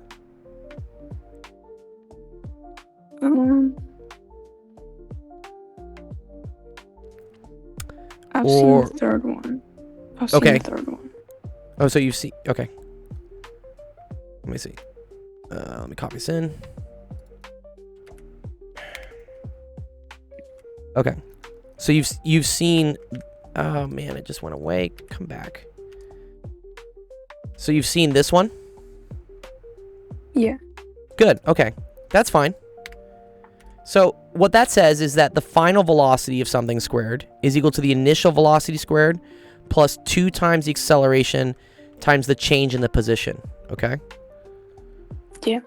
So this is an equation we can use to figure out how far up it goes because it has all the things that we know. I know what the final velocity is at the top. What's that when it reaches the top? The 5. So no, the 5 is the initial velocity as it's going up, but as it starts reaching the 0. top, it goes to 0, right? Good. So you have 0 squared is equal to your initial velocity. That's the 5 squared. Plus 2 times a. Do you know what a is for something that's in the air? This is also called like free fall. 0? Not 0. Or 9.8. Negative 9.8. Oh yeah. Good. In the y direction, okay? In the x direction, you're right, there is no acceleration. But because things are going up and down, gravity is the acceleration. That's negative 9.8. And then delta x, so this is y final minus y initial, right? And my y initial was 3.3 meters because that's where we started. Okay? Yeah. So now you can solve for how high this thing goes, right? So let's move things over. So 25 over, this is negative 25. And then we're going to eventually divide by negative 19.6. That's just like multiplying these two things together. And this is going to be YF minus 3.3. This is basically 25 over 20, which is 1.25 is equal to YF minus 3.3. So then YF ends up equaling 4.55 meters, okay? So that's the maximum height it reaches the top. Is going to be 4.55 meters up. So that's the answer? That's the answer for... Okay, that's the answer for this stuff. I was doing all this first, right? So, yeah. So this was... this was 5. This ends up being 0. The distance it travels is technically 1.25. The acceleration is negative 9.8. And now we need to figure out the time. So how do you think we figure out how much time it takes for the ball to get from here up to here? We've got to use one of these other equations, yeah? Another one that she made us use is like D equals VO T plus 1/2 This one right here? A and then T to the second. Wait, I'm Yeah. gonna put it in the chat. Oh, it's this one right here, Maria. I see it, right? Is this one? Yeah. Okay. It's just written differently, I think. Okay. Yeah, so delta x is basically D.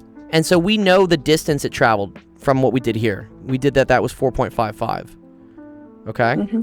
So we're going to write that as 4.55, so that's this equation, is equal to your initial velocity, which is 5, times t. It's not 4.55, it's 1.25. Because this is the change in the position, and the thing went from 3.3 up to 4.55. So the change is 1.25. And then this is plus 1/2 AT squared, so that's plus 1/2. Acceleration is negative 9.8. And then it's t squared. Okay? Yeah. Now, this kind of sucks, because this is a quadratic equation you have to solve. Yeah. Do you want to know an even easier way to do this without doing the quadratic equation? No.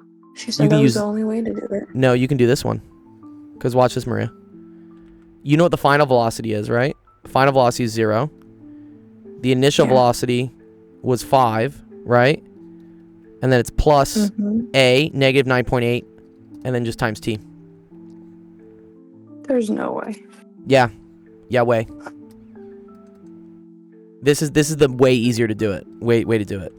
So now, you just get negative 5 over negative 9.8 is equal to t, which is basically equal to 0.5 seconds. And that's it. Okay, hell yeah. Yeah. Thank you. You could have done this way with the quadratic equation, but it just sucks. And I don't know, you feel sick, so I know you don't want to like do all that stuff. Okay. But wait, that's the time for it to get up to the top. Thanks for the rose Kotick. Then you have to do the time for it to get back down to the ground. This one, you do kind of have to use the quadratic equation, unfortunately.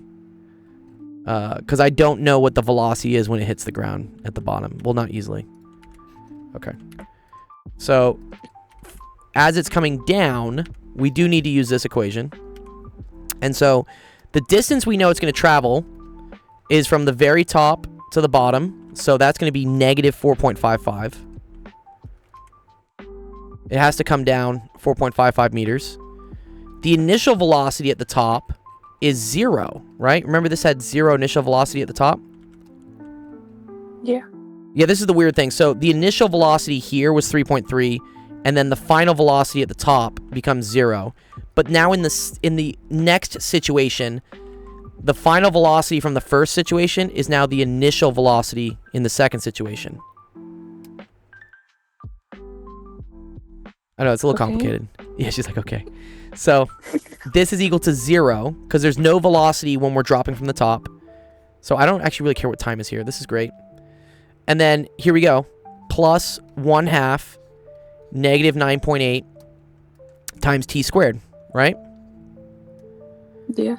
This is really cool. So, this will multiply together, so you get negative 4.55 is equal to negative 4.9 t squared. Divide by negative 4.9, divide by negative 4.9. I should get an actual number for this. I shouldn't approximate this as 1. That would be bad.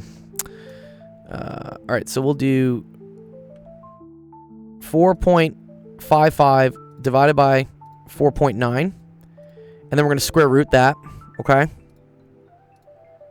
And that's going to get us 0.96. So t is equal to 0.96 seconds. Okay? Okay. That's the amount of time for it to fall down. Okay, so for it to go up was 0.5 seconds. Okay? For it to come down was 0.96 seconds. So the question asks, what's the total time it spends in the air? What would that be equal to? Don't you just add them together? Yes. So it's going to be equal to 1.46. So t total is equal to 1.46 seconds. And then you're done. Does it make a little bit more sense? Hell yeah. Hell yeah? Yeah. Nice. Awesome, we love that. Okay, Yeah. I'm gonna save the screenshot. I'm gonna put it in the chat so that you can like study it later and stuff, yeah? Yeah. Okay. Maria. Okay, great. There you go.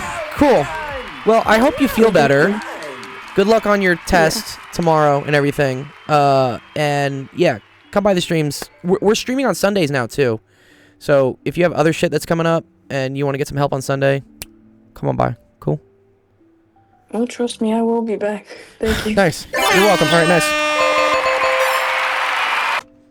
All right. Sick. What's up, Justin? I gotta go back to this calculus question. Thank you. Whose question was I working on here? Kev? Thanks for understanding. Maria, I know, has a test tomorrow. I just wanted to help her out real quick before she goes to bed. And it sounds like she was kind of sick, too. I've been sick as well. Mike Brongus, Mew Mew. What's up, dude? Okay. The future has measurements to be calculated. Sebastian said, are you able to find the second derivative and vertical horizontal? Blah, blah, blah, blah, blah. Yes, I can do that. Cool. Also, are you or anybody in the Discord able to tutor for an AMC competition? I don't know what that is. Is that American Mathematical whatever something? Maybe. Okay. Let's see what this one was. Yes, yeah, I did do physics at university. I got my PhD in physics. Justin, why does your mic never work, dude? Is there something wrong with Discord? No, you're good. Physics. Yeah, it's okay. English, I know, it's difficult. You're okay. All right, let's see. I needed dun dx to equal dum dy in order for this to be exact. So I need mu times all this. Oh, nice. You need like a little refresher? Yeah, for sure. You're more than welcome to ask questions during the stream here, but yeah, I also admit, yeah, if you want like a lot of help, as you can see, the queue's already 9 questions long, so like there's always a lot of people asking. You could maybe find another student in my server. Join my Discord, by the way. If you join my Discord, I can try to pair you up with other students that are motivated to do like math competitions. I mean, River might like them, right? You like math stuff. Yeah. Yeah, he hasn't done anything yet. Exactly, but River would love to like try it out.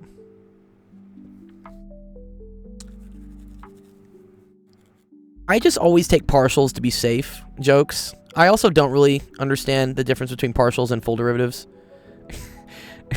I just always write partial just to be safe. Okay. So wait.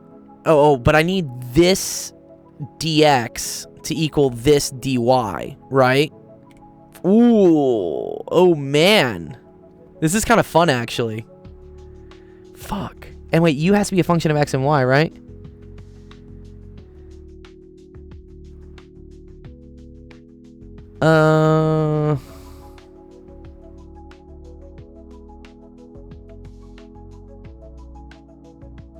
Oh, okay, wait. But we know, guys, right? We know that,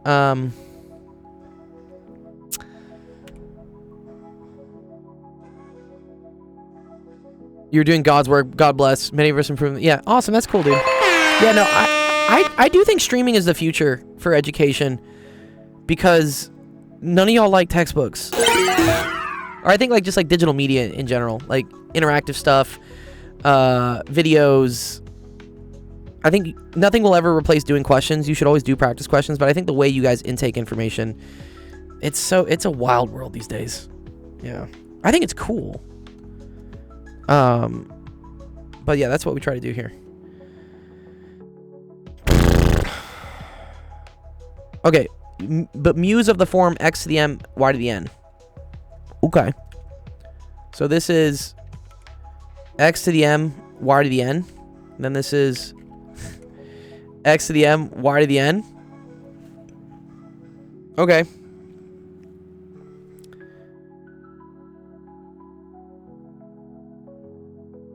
Yeah, exactly. And I think honestly like AI will kind of like adapt to like the learning as well. At least for the basic stuff. Okay, if I multiply this inside, do I get something cool? So what was that going to be? X to the 5 plus m, y to the n plus 3, minus 4 to the x to the m plus 1, y to the n plus 4. Whoa, partials. Yeah, holy partials. And sorry, this is still d dx is equal to d dy of 2x to the m, y to the n plus 5, plus 3x to the 4 plus m, y to the 4 plus n. I think also the other cool thing about like streaming is if you're just like watching, I mean, it's better than like doom scrolling on other stuff. Even if you don't understand this, you get exposed to it and it starts to kind of like seep in. You see enough of this, eventually it'll start making sense. Okay, so then partial x of this whole thing. Okay, so this ends up pulling this down. So I get 5 plus m times, that's me x to the, so you pull the derivative down, you pull the exponent down, you drop it y by 1. So that's going to be 4 plus m, y to the n plus 3, minus, and then this is going to be, what is that going to be? 4 times m plus 1. So let's say 4 times, or let's say 4m plus 4. And then that's going to be x to the m, y to the n plus 4. Okay, that's what this side is. And then I hope there's a fucking common factor here somewhere. This is going to be n plus 5. Because now we're taking derivatives with respect to y. And then we're going to drop some things down. So that's going to be 2x to the m, y to the n plus 4. I'm kind of seeing this. That's kind of cool. Plus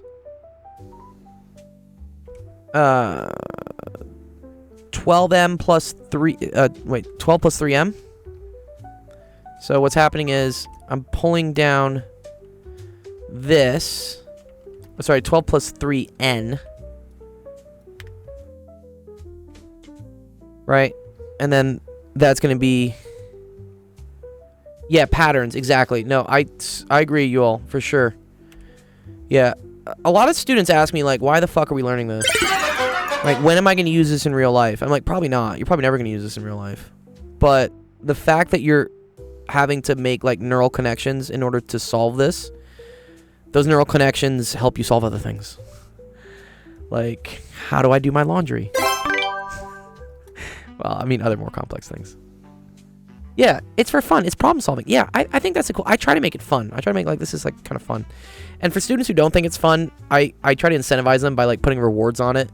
That's why, like, we buy gift cards. We buy tons of stuff for people. I actually just found out that Ethan, who's in our Discord, he won the summer camp, but he got his Nintendo Switch too yesterday. He's like, look, it's real. So yeah, I do buy things. Yeah, Ethan won a Nintendo Switch too for our summer camp. And Ethan's been, like, strongly motivated to do things in math. I don't think maybe he would have been normally if we hadn't, like, brought in the incentives first. So it works out. When am I gonna get to use martial arts? Come to Los Angeles, dude. Surprise, motherfucker. You'll use some martial arts, dude. Okay. Let's get rid of Discord. Okay. So now this is what I have. Do I have anything that's, like, kind of cool here? I think too. Look at this shit, guys. Watch. Look. This is the same as this. Right? Okay. So this is where you can, like, group by terms. I know that this must equal this, right? Because they have the same coefficient on them. So I know that, like, 5 plus m must equal 12 plus 3n. And then for these ones, I know that 4m plus 4 must equal, you got to bring the 2 out, 2n plus 10. Sick. This is just a systems of equations. What's up, Meeson? Yeah, this is DiffyQ. We're doing a little bit of DiffyQ today.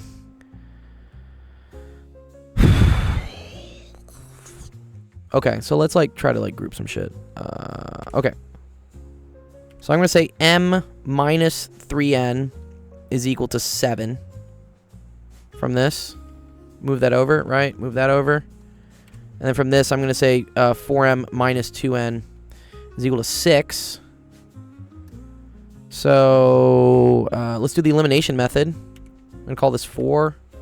I'm going to call this 12. I'm going to call this 28. I'm going to subtract.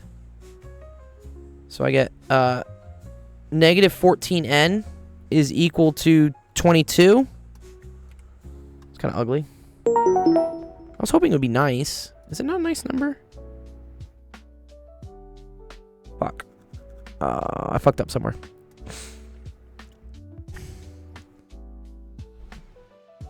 Oh, wait, no. Negative 12 minus 2 is 10. Sorry. 10n. Right? 10n is equal to 22.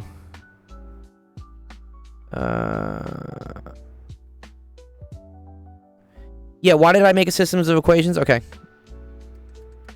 Isn't substitution better for this? I just, like, see, like, nice things. And I want nice things, you know? It looks nice. Yeah, that should be fine. Why is that not working out? It should be a coefficient. It should be a nice coefficient.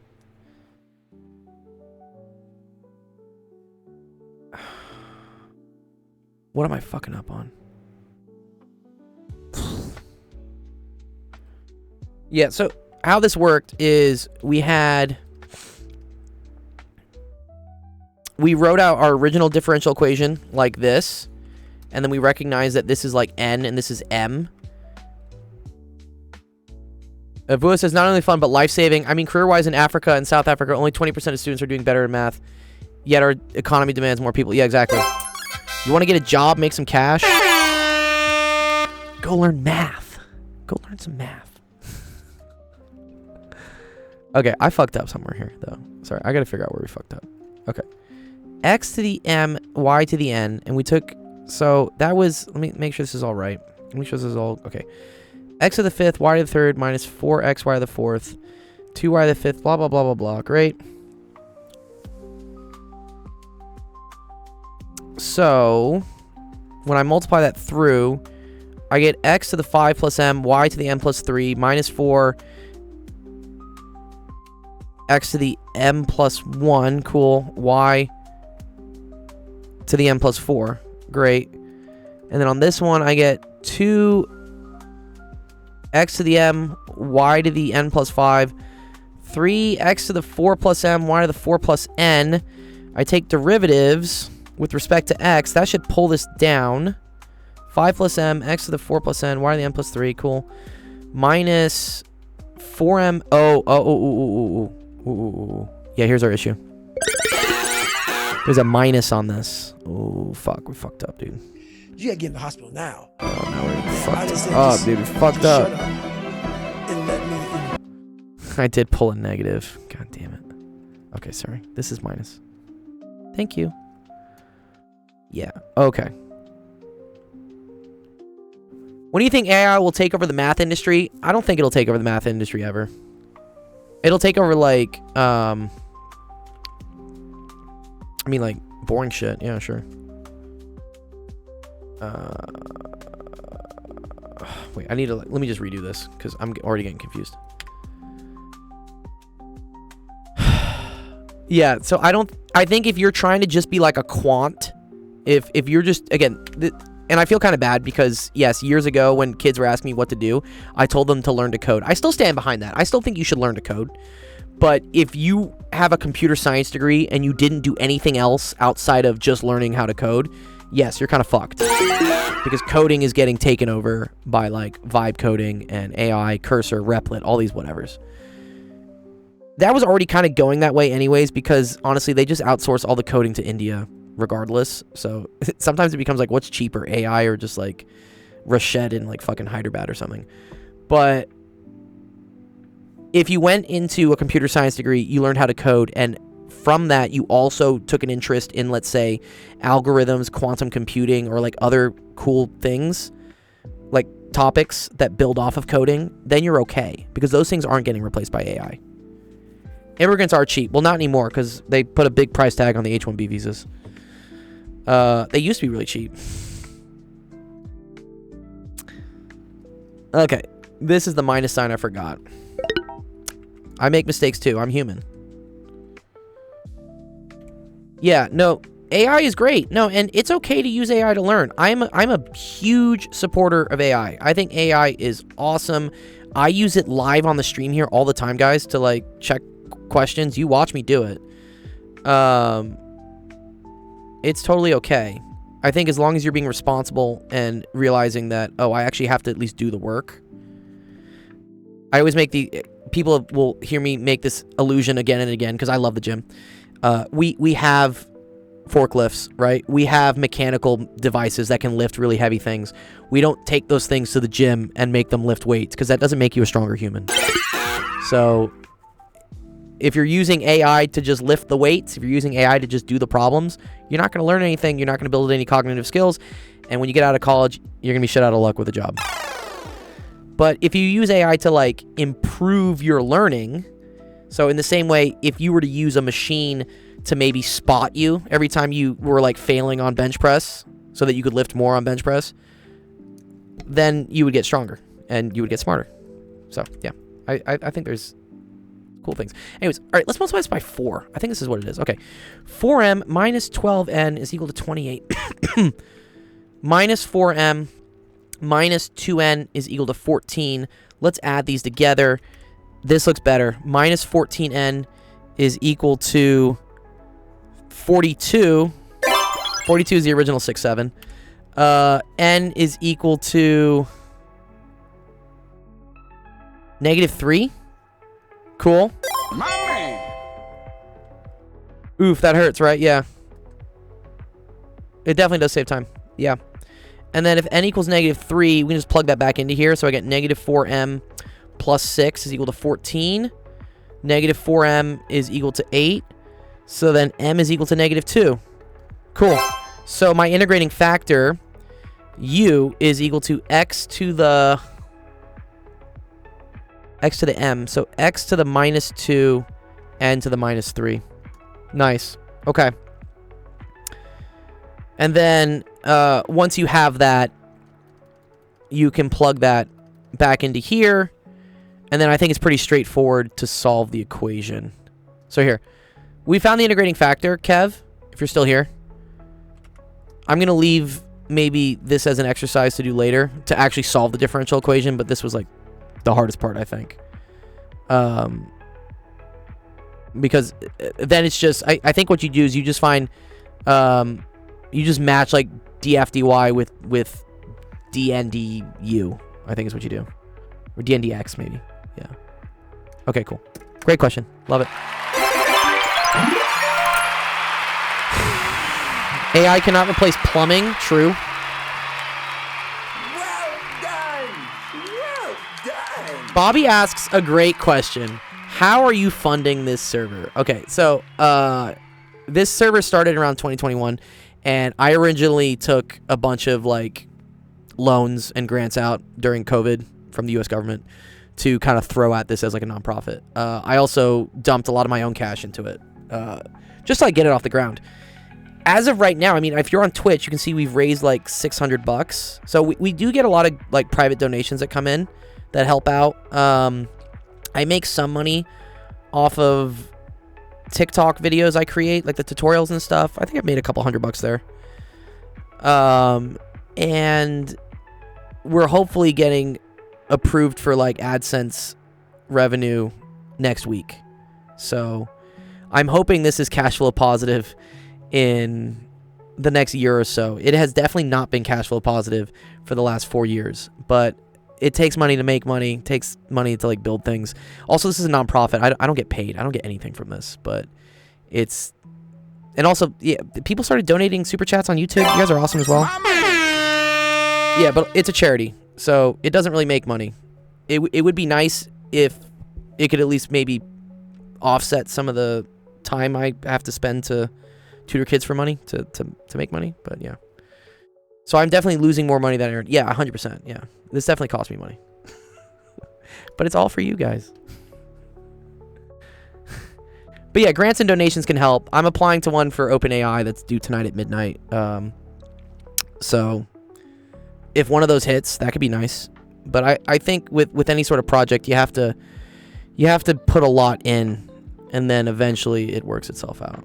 Yeah, thank you, Dr. Lord. You guys are great. Yeah, it's cool. Okay, cool. So let's see. Whose question did we do there? Let's go to the stats. I need to see the stats. Yeah, the students will come. Well, I mean, the students are already here. It was mine. Totally mine. It was all mine. Yeah, what's up, Justin? How you doing, Justin? I'm doing good. Nice. How's life? Doing great. Amazing. Good. Yeah. What is this? Is like the equivalent of like the Gen Z stare for like conversation, dude. What, this is like the most monotone shit I've ever heard, dude. What's going on? What? Oh man. So I'm playing.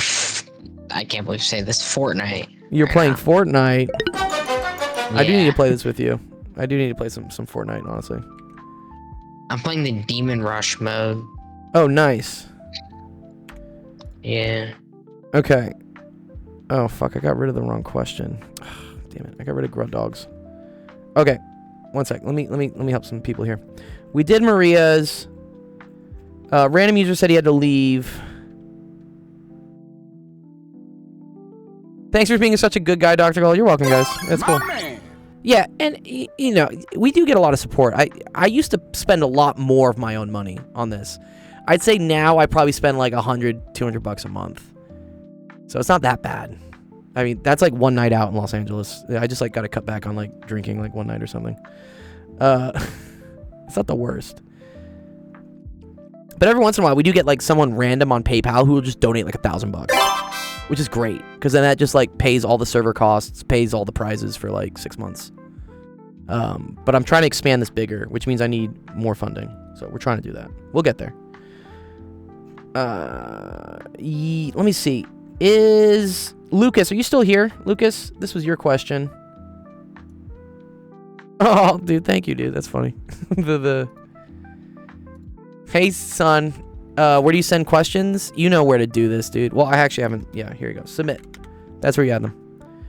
Sorry. Okay. All right. Gotta skip muscle milk for the week. Yeah. Gotta eat some ramen. Yeah, you're good, Bobby.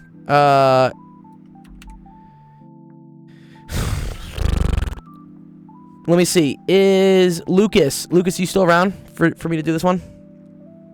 Based and dedicated free to big. Yeah, thanks, dude. So, like, my eventual plan, and this has always been my plan, because, like, there's only so many of me, and I don't scale, right? We can't clone me, right? My eventual plan is to have kind of more of a network of people like me, and then we have enough funding to basically pay for their time for them to also kind of host their own free tutoring and stuff. And I was thinking about this today. I think a big barrier to entry, it isn't just, you know, who's a good teacher, who's charismatic, who's great, who wants to like do this. There's also a lot of costs involved, just with like getting it set up. So, for instance, if you want to see like what my setup is for this, it's pretty wild. Here we go. This is my setup that I use in order to stream. So I got was it 5 monitors to do this, because I got OBS, like Discord, I got something else over here, then I got this, and I got the prompter. So this is a work in progress over like the last 5 years as well. And I think it'd be kind of difficult for me to tell someone who wants to start streaming math and science, be like, hey, just buy like $3,000 worth of computer shit and just start streaming. Right? What? So I was like, it would be cool if I had funding to kind of set up like a space, maybe start in Los Angeles, because that's where I'm based, and have people who want to tutor come in and just like sit down at like the rig, like the system, and then be like, cool, you're gonna like go over chemistry for people today, and then just like have that happen. Yeah. Yeah, wouldn't it be cool? It's cool now. Also, yeah. We already have kind of like a loose loose network of math streamers that help out. I'm gonna drop some links. There's that, math streamers. Yeah. That already do this, and we rate each other. We like send students to each other, and we try to like kind of fill out a calendar. So if you're thinking about streaming and you want to get involved, like, please let me know. I'm more than happy to support up and coming people that want to also do this. Yeah. Okay. Zivanki says, please solve my Centroids question. I left last time. That was like 2 days ago.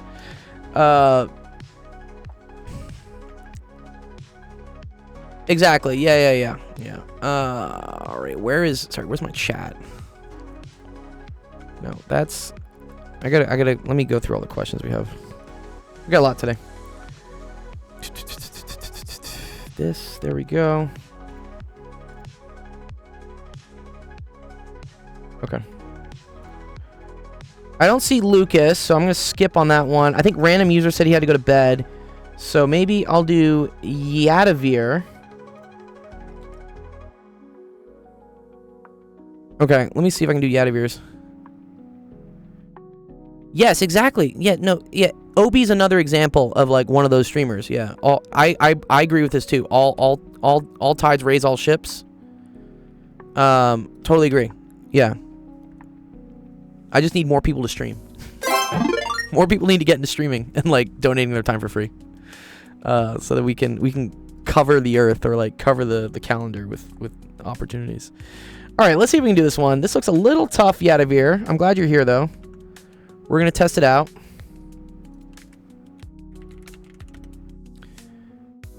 Yeah, and also, River, you don't need a professor degree to be able to help. We have people who just have undergrad degrees. Even if you're in high school and you were really motivated to teach, say, middle school, like early high school math, you could do it. You could be a streamer. You could do it. Yeah, that's cool. Yes, Zimfonky, you can resend it, but I'm gonna warn you that the queue is already pretty long, and I might be running out of time because I have to go tutor students for money because I have to pay my rent. It sucks. All right, let's try to do this. Let alpha and beta be contained in the set of natural numbers be roots of the equation of this, where lambda over 2 comma lambda over 3 are not natural. Okay. If lambda assumes the minimum possible value, then this is equal to what? Okay. So we need to minimize lambda, right?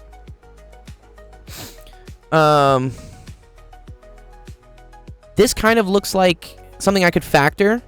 Yeah? Oh, and it says there's only 2 roots, right? Okay, whoa. Okay, watch. So x squared minus 70x plus lambda is equal to 0, right? If this factors into, like, x...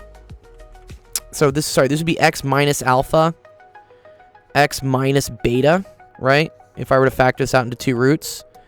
That means I need something that multiplies to lambda but adds up to negative 70. Oh, sorry, I gotta reload the stream. We've been maximum timed. Yeah, you can. Yeah, we may use that as well. Let's do that as well. No, I agree with that. Let's maybe use that material as well. I'm just gonna write down things that we know. I lost my pen. There's my pen. Okay. So I know that alpha beta needs to be equal to gamma. And also that alpha plus beta needs to be equal to negative 70, right?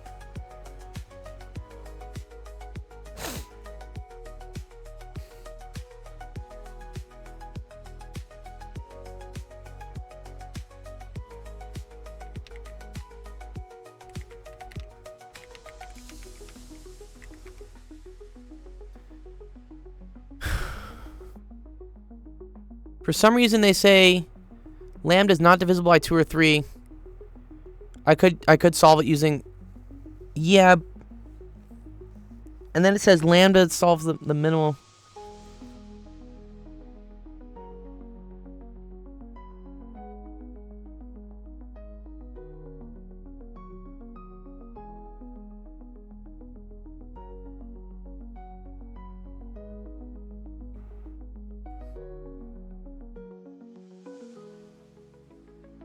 Oh, wait a minute.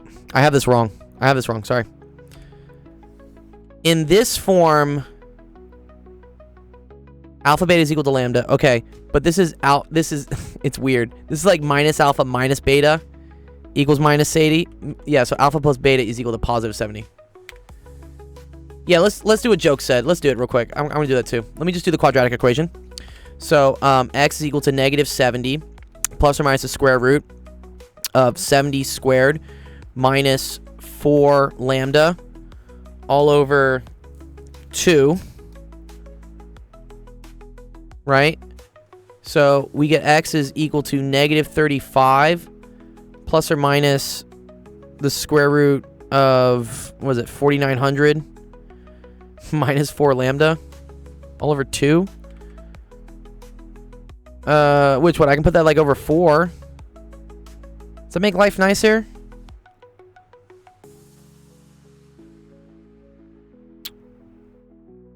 And I guess the roots...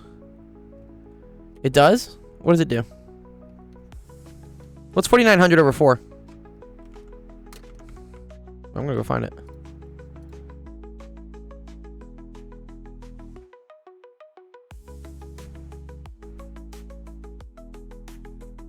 $4,900 over 4. Oh, it's 1225. Ooh, love that. So square root of 1225 minus lambda. Not the TI emulator. You like the gold one? It's pretty sick, right? It's the TI-84 gold edition, dude.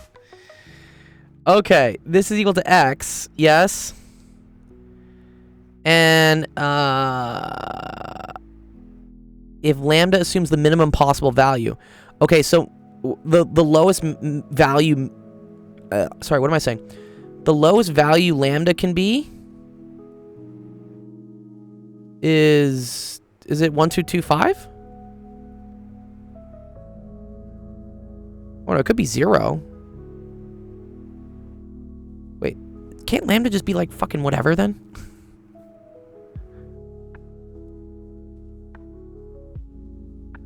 Oh, the roots have to be natural numbers. Oh.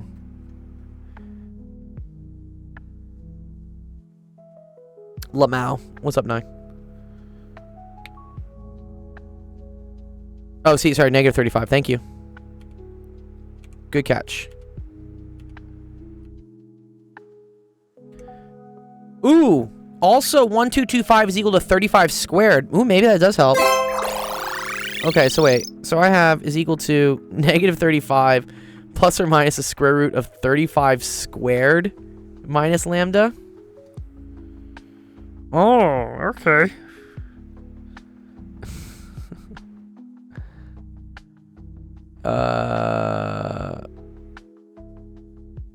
Oh, okay. So lambda is the smallest value.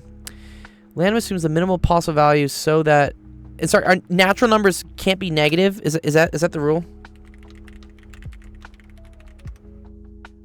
Positive. Yeah, cool. All right.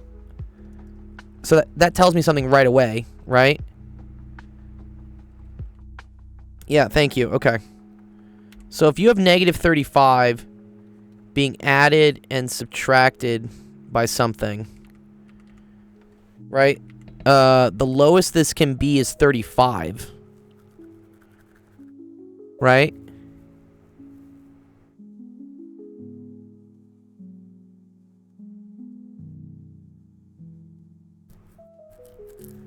Do the discriminant now? Right, yeah. So 35 squared minus lambda has to be greater than 0. So lambda has to be less than 35 squared.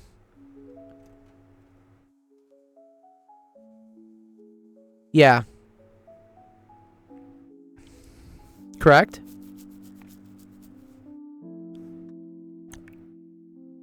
Okay. But then also the roots have to be positive. Right?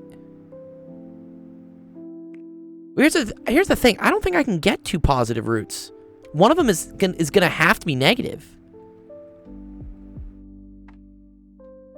Oh, wait. Negative b. Sorry. It's already negative 70. Okay.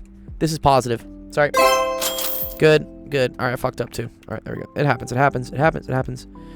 Okay. Oh, very cool. So, yeah. If this is equal to 35... So this is very cool, actually. So I need 35 plus the square root of 35 squared minus lambda to be greater than 0. And I also need 35 minus the square root of 35 squared minus lambda to be greater than 0. Correct? We agree with that? So then... I do functions, yes. 35 squared minus lambda. Square both sides, so 35 squared has to be less than 35 squared minus lambda. So lambda has to be greater than 2 times 35 squared, right? Or lambda has to be greater than 2 times 35 squared. And then from this one... What? You get 35 squared minus lambda has to be greater than 35.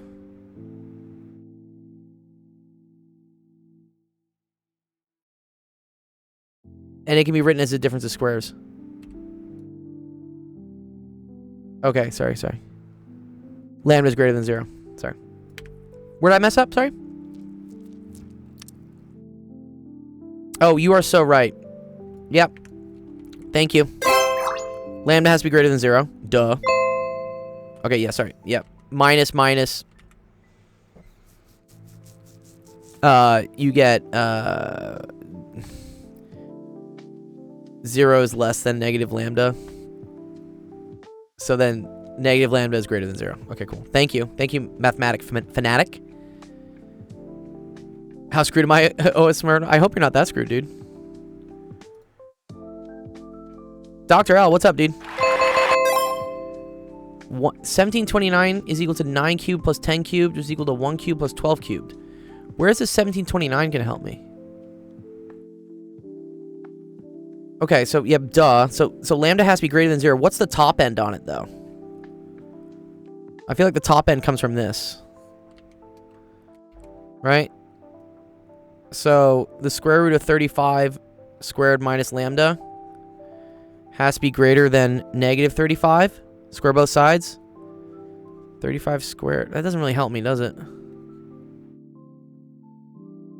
Ugh. This doesn't really help me.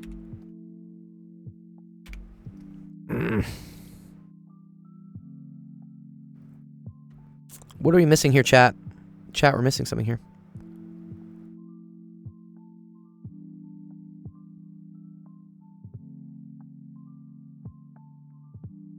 Oh.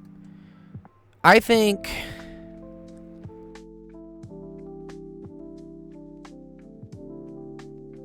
Yeah. I don't think the quadratic formula is really helping us out here. Okay.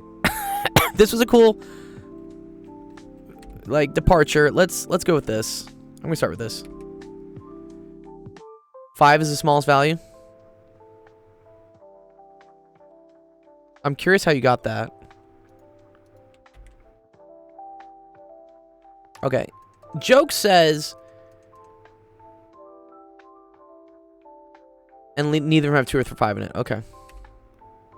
He says, why don't you just replace x with either alpha or beta and substitute the rest into the formula for about?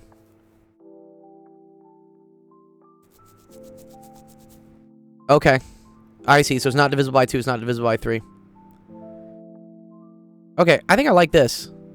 Let's just do this.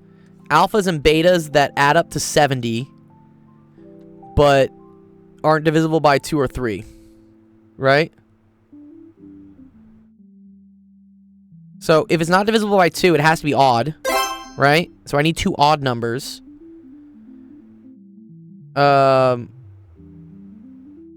So, I mean, let's just spitball some, right? Okay, so, if I have 1 plus 69... oh, this fails. Right? Because I can't divide by... 69 divided by 3 is 33, is 23, right? I can't do 3... Okay, so what about 5? So 5 plus 65? 69, nice. Nice! Yeah. No, alpha and beta have restrictions. Alpha and beta have to add up to 70. And they have to be natural numbers, which means they have to be positive. Also, alpha beta has to be equal to lambda. So if we're trying to minimize lambda here, right? I want to find, like, the smallest... I want one of them to be the smallest numbers, right?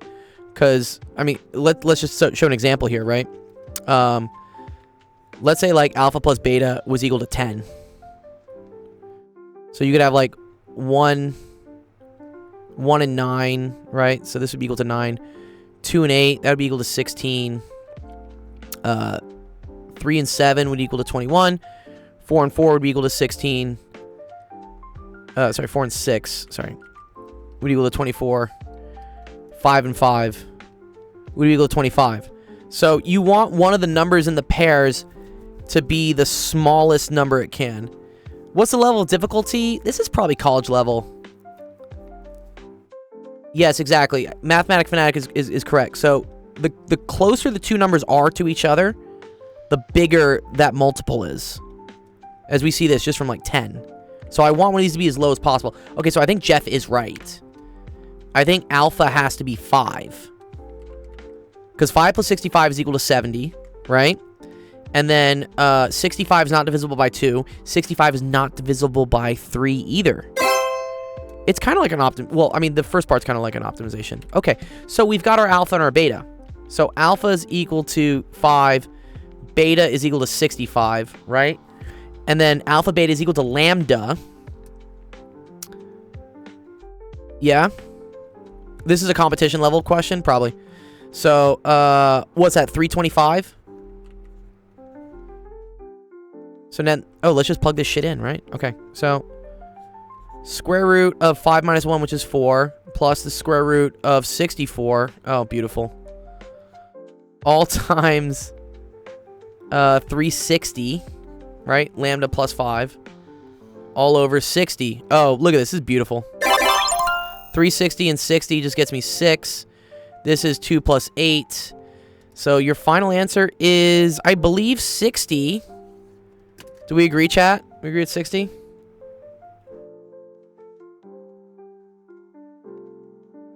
I could also throw this in the chat GPT real quick.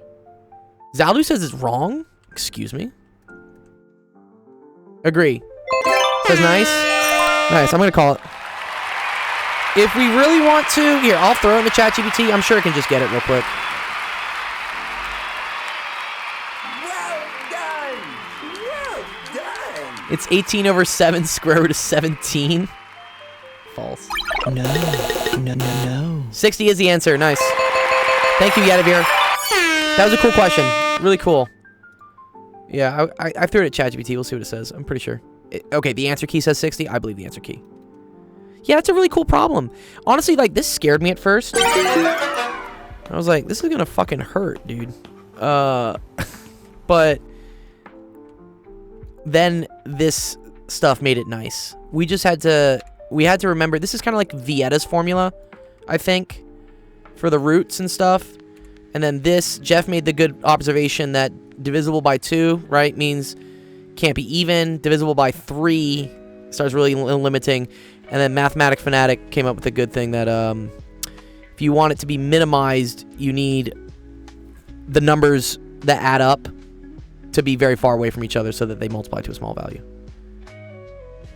Yeah, no, Yadavir says it's 60. I believe in Yadavir.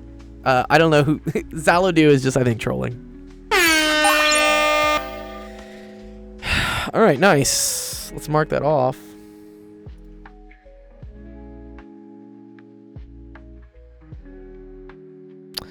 So, that was... Let me clear 5. Let me clear 6.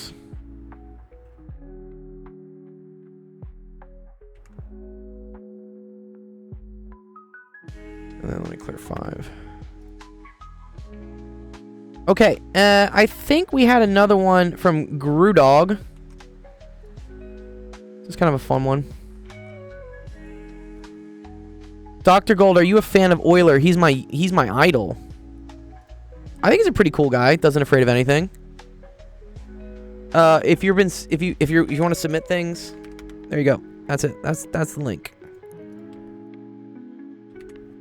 All right, let's see. I think this is a limits question, which I believe is going to be pretty similar to what we did with L'Hopital's rule, yeah? This isn't too bad.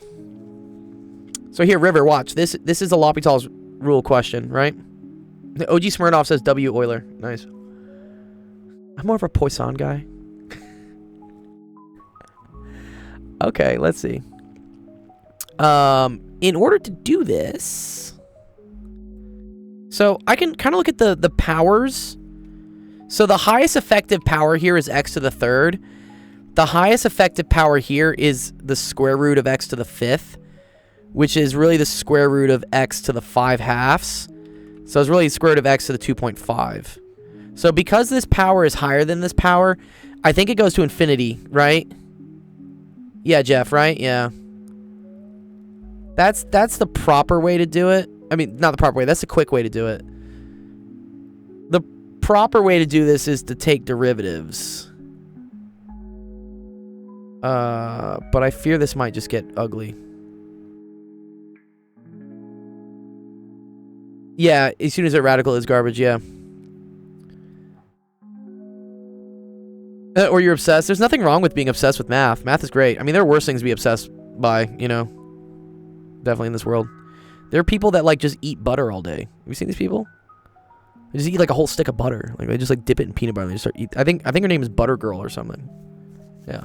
So, yeah, don't be obsessed with eating butter. Colton, I just threw up. I'm sorry, Colton. Colton, if you want to ask a question to go over, we can do it. You love this channel? Thank you, dude. Oh, very... Oh, ooh, ooh, ooh, ooh, ooh, ooh. Vladko has a very... Vladko, what's up, Vladko? He has a very good point here, but negative infinity to the third is negative infinity. So the question is whether this approach is negative infinity or positive infinity. I think that is a valid question. Okay. Because I forget what happens when you have negative infinity to, like, the 2.5. Cool. I like that equation. That's a good one, John. John's got a good summation one, John. It looks like summations. Yeah. Also, you don't have to have other passions. I mean, it helps, but you don't have to. Yeah. Okay. Yes, I agree. Well, for negative infinity, right, this becomes positive. Okay, I think we do have to do L'Hopital's rule here. La Hospital. We're going to the hospital, dude. I think we have to do L'Hopital's. Let's just do it. Because I think I do get infinity over infinity, just to start with. I'm just going to assume I do. So derivative of the top is going to be negative 7 plus 30x squared. This is going to be a chain rule. So the derivative of 5 plus 3x minus 9x to the 5th, all to the 1/2.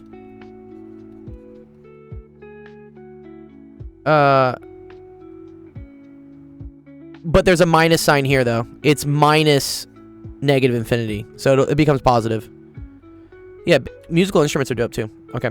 So that's going to be 1/2. 5 plus 3x minus 9x to the 5th, right? All to the negative 1/2. And then it's going to be times the derivative of what's inside, which is just 3 minus 45x to the 4th, right? So this, which the minus 1/2 puts it on the bottom.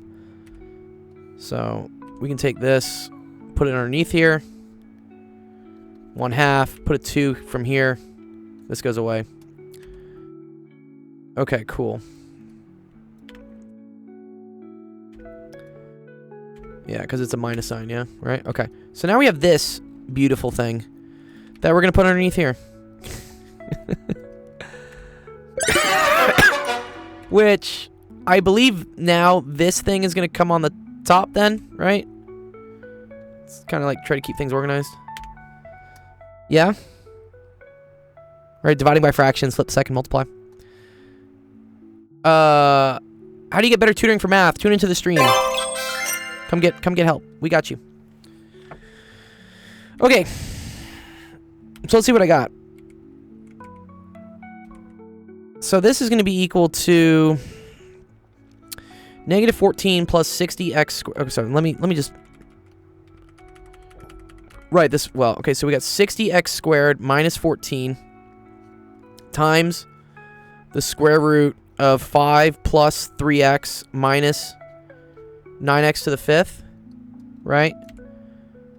All over 3 minus 45x to the 4th. Oh, you want to improve as a tutor. Oh, practice, dude. Yeah. Gordon Feetman? That's a dope name, by the way. What? Gordon Feetman? I think this is maybe calculus is what this is, 214. Wake up, Mr. Freeman. Wake up and smell the ashes. I'm a big Half-Life fan. Yeah, the best way is to practice. Again, you can do what I'm doing. Just stream free tutoring. Like, no one's gonna get mad if I do it wrong, because it's free. Yeah. I'm waiting for Half-Life 3, dude. When? I still have to play Half-Life Alyx. I have it bought. I just never played it. I'm talking about the VR one. Okay. So limit as x approaches negative infinity.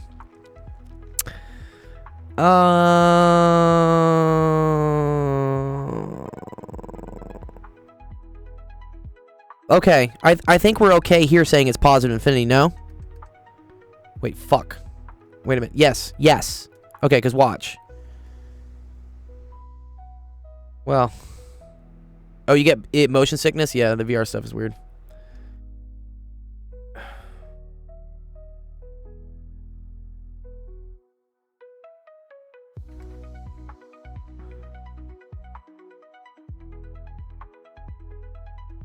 Just divide both sides by x to the 4th.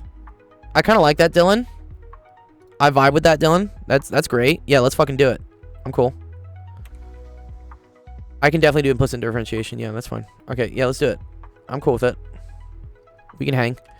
So that's going to be 60 over x squared minus 14 over x to the 4th. Times, well...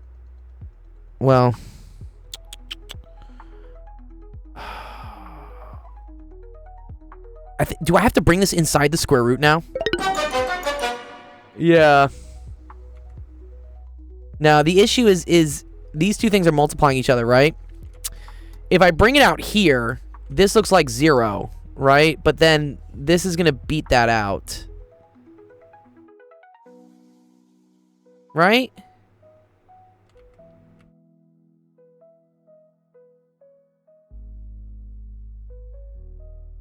Oh, wait a minute. No, this is automatically going to win. This, fuck. No, it doesn't. I don't think I want to divide by x to the 4th. Well, maybe yeah, I do, because I want this to be 1. Okay. I'm thinking about this. Yeah, you're saying we could have done this and just divided by x to the 4th? I think that would have been a better idea. Let's do that. Let's do that before the L'Hopital rule. Okay. But I think you want to divide by x to the 3rd. Because if I divide by x to the 4th, this goes to 0. You want to divide by x to the 10th. Sure. So, 1 over x to the 10th. No. I think x to the 5th is what you want, right? X to the 5 halves. Yeah, let's do that. Okay, one second. Okay. Let's divide by 1 over x to the 5 halves.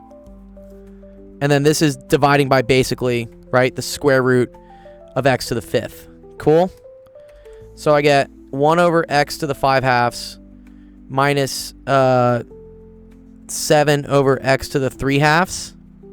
Right? Because it's 1 minus 5 halves is 3 halves. Plus 10x to the 1 half. Yeah? Jeff is right. Jeff, see, you are right a lot of the times, Jeff. Jeff's great. Thank you, Jeff. Jeff, when are we going to get you to stream, dude? That's what I'm asking for. I want it to happen. The Jeff stream. Plus 3 over x to the 4th minus 9 over x to the 5th. No, minus just 9, sorry. Beautiful. Okay. Cool. Now take the limit as x approaches negative infinity. Oh, but we're kind of fucked here. I can't take the square root of a negative number. Damn it. Oh, no. I can't take the square root of a negative number. Oh, drum set. Nice, dude. Paradiddles. Yeah, I remember paradiddles when I was doing snare. Shit.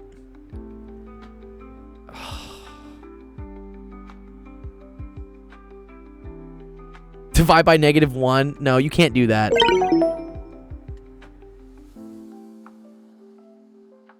I don't want to leave a square root of a negative. I mean, sure, maybe. Okay, whatever. This goes to 0. This goes to 0. But you see the issue here is that I have plus 10 to the square root of negative infinity over the square root of -9. Okay, do we math people, don't get mad at me. Is this okay? Infinity over 9. So it's just equal to infinity.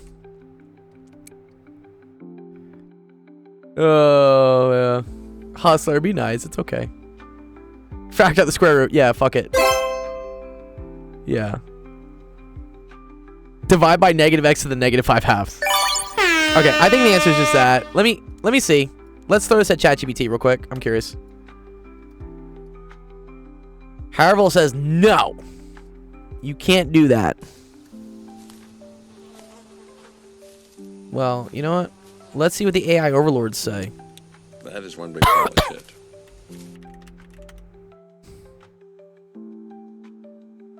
I don't know everything. No, I definitely don't know everything. I have a PhD in physics, so my knowledge of math eventually tops out, especially when people start giving me like really fucking hard questions. I'm human, dude. Everyone's human. Okay, they divided by 5 to the half, 1/2 as well. Okay, so this is the argument. They say we're taking the principal branch of the square root, so we basically replace it with an absolute value. Preeti says you can multiply with a complex I. I guess you could.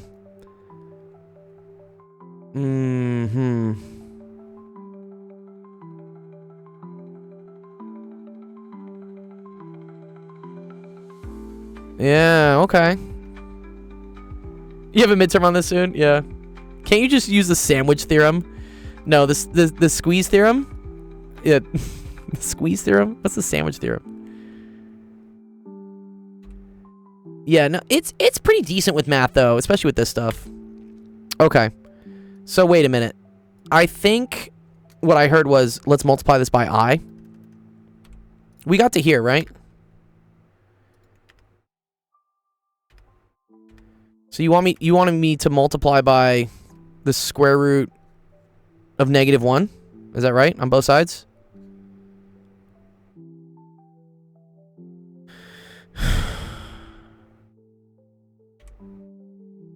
Yeah, okay, cool.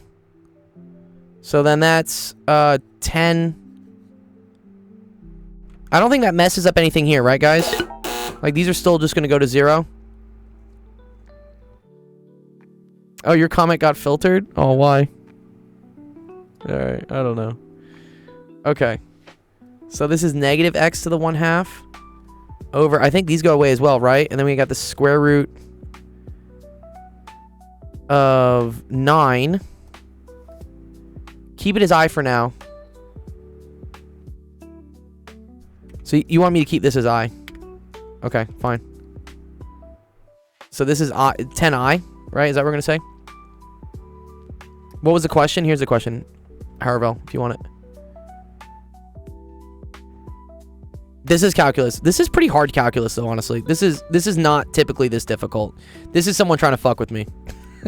It's just okay. I appreciate getting fucked with. Okay. All right, so now this is the limit as x approaches -infinity, though, right? We still got that. This is not pre-calculus. No, this is calculus for sure, I think. It is high school calculus, yeah. Okay. So is that 10 times I times the square root of -infinity all over 3, right? But the square root of -infinity, I believe, is the same thing as I square root of infinity. We agree with that? I see. This goes away. This becomes -1. You get... Well, sorry, this doesn't go away. This just becomes -infinity. Yes. Okay, cool. Answer's -infinity. I believe it. I'll take it.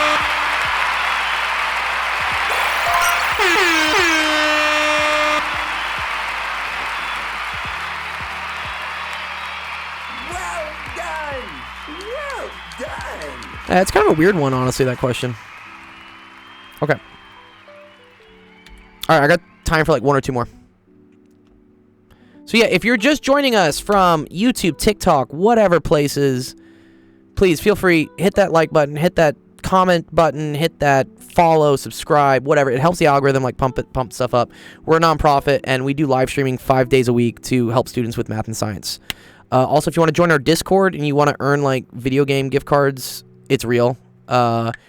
We have a whole system for if you're doing well in school or, you know, any sort of other activities, playing an instrument, doing well in sports. We're a nonprofit. We give out gift cards for doing well and stuff. So join the Discord, learn more. And then there's also a website, that actualdiscord.com/submit, and that's where you can find our streaming schedule. So if you click here on streaming schedule, because I am going to have to end the stream in 10 minutes. This has our calendar of all the days that we stream, and all the times we stream, and all the times our friends stream, because I'm not the only person that does this. There are other people that do this. So welcome. The algorithm brought you to the right place.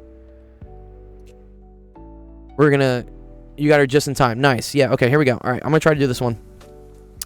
Show that the summation of xi minus x bar yi is equal to the summation of xi minus x bar yi minus y bar, which is equal to the summation of xi yi minus y bar. I'm confused with what's happening here, but there's a lot of stuff going on. First time viewer, welcome, dude. Yeah.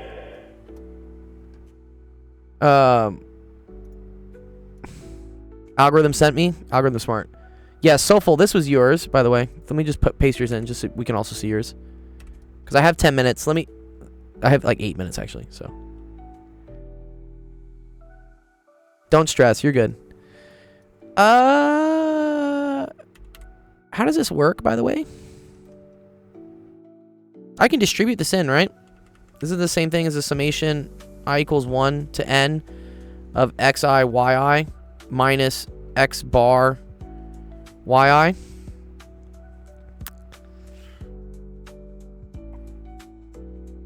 Yeah, I think it's the arithmetic mean, right?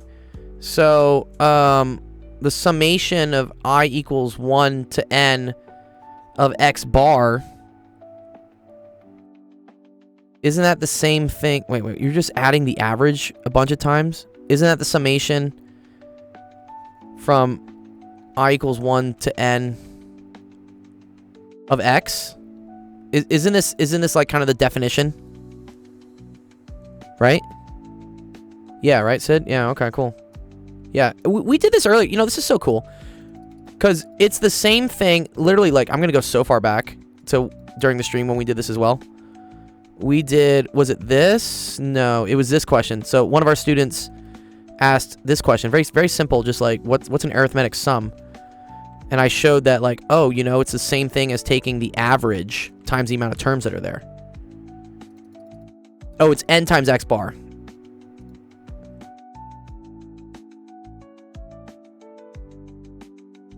Yeah, no, so, yeah, the arithmetic mean, yeah, so this is the same thing as nx bar.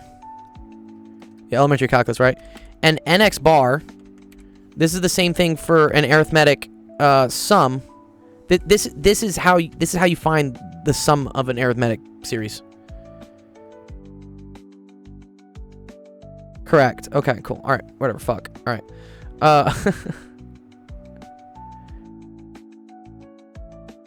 Okay.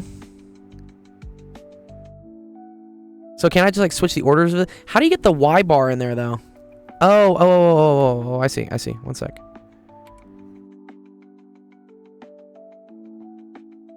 Yeah, right. Okay, cool.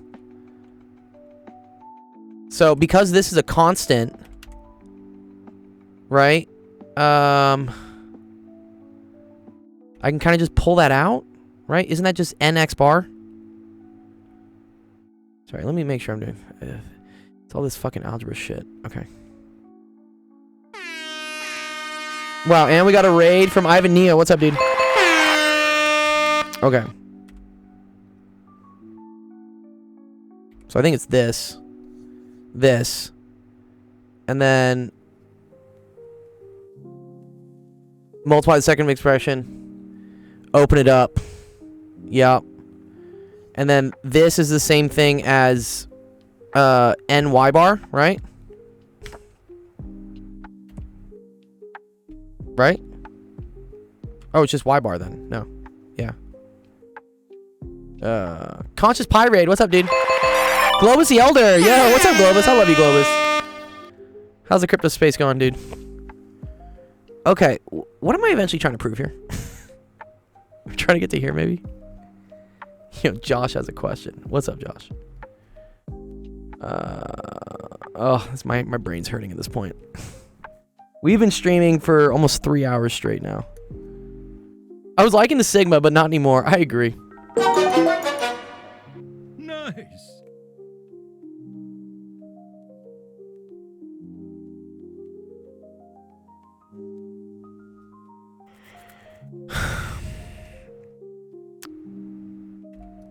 Oh, okay. The second one. Okay, one second. Thank you. And this was x bar yi. I see. And you're saying expand this as xi minus x bar yi minus y bar. Because that comes from this. Is equal to this. Oh, okay, okay. I see what you're saying.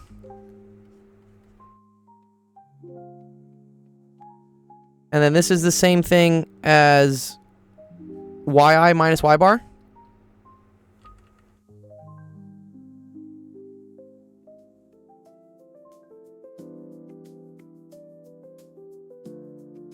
No, the right-hand side. Oh, okay. Wait, one sec. You're talking about this right-hand side.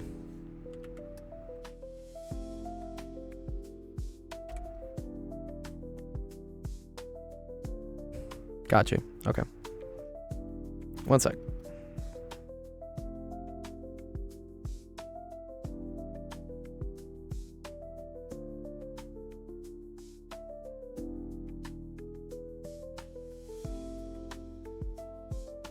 The one before that. Oh, you want to expand this one? Oh, okay, fine. We can do that too. Oh, man. This is xi, yi, minus... I'm just gonna write sigmas. I'm not writing all the fucking things all the time. Basically, the idea is to look at the expression on the right side of the first equality and try to take it to the left side.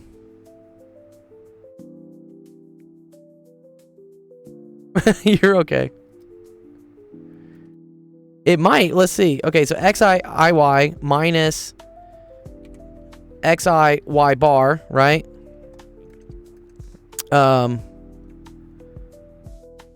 Minus x bar yi plus x bar y bar. Right? That's what we said this is equal to.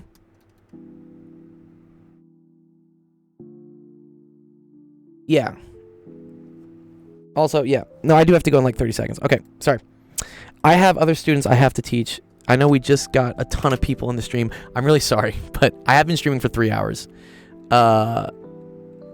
Soulful. Can we go over this equation with you tomorrow? Or actually, I might have to open a stream up tomorrow for this because, yeah, I do have a lot of people that have questions. But, yeah, okay. All right, I need to go. But thank you again. Let me do the closing credits. All right. Thank you, everyone, for coming to Actual Education Office Hours today. If you guys just found us at the last minute here, I apologize I didn't have more time to go through questions. We've already been on for 3 hours. But, please, make sure, like, subscribe, all that fun stuff. Turn on notifications. We have a website here. It's www.actualdiscord.com/submit. And if you click here on the streaming schedule, you can then see all the times that we stream. So you can see we kind of went really far after time today. And if you have a question you want us to go over on the stream, you can drag and drop the screenshot into here, enter your username, hit upload. It'll work. Join our Discord if you want to talk to us more, and if you want to earn prizes, we have all that stuff as well. Cool stream. I'll be back. I'm glad. All right. So what I'm gonna do is, because I have so many people who raided me today, we're gonna go raid somebody else. Keep the love going. You're very welcome, OG Smirnoff. Thank you guys for being here. I appreciate it. We got Penn Center. What's Penn Center doing? Look inside. Oh, let's go to these people. I love these people. So this is Ask a Scientist Gaming. So they're a really cool stream. It's this guy out in Florida where he interviews other like professors and stuff, and they play video games while they answer user questions. So if you're not yet watching us on Twitch and you found us on YouTube, again, go to the website, click watch live on Twitch, and then you'll get pulled into this stream that another awesome person is doing with math and science stuff. So let's go start a raid. Say hi to them. Okay. We will see you guys tomorrow. Enjoy the rest of your Wednesday. Thank you so much for coming by. Peace.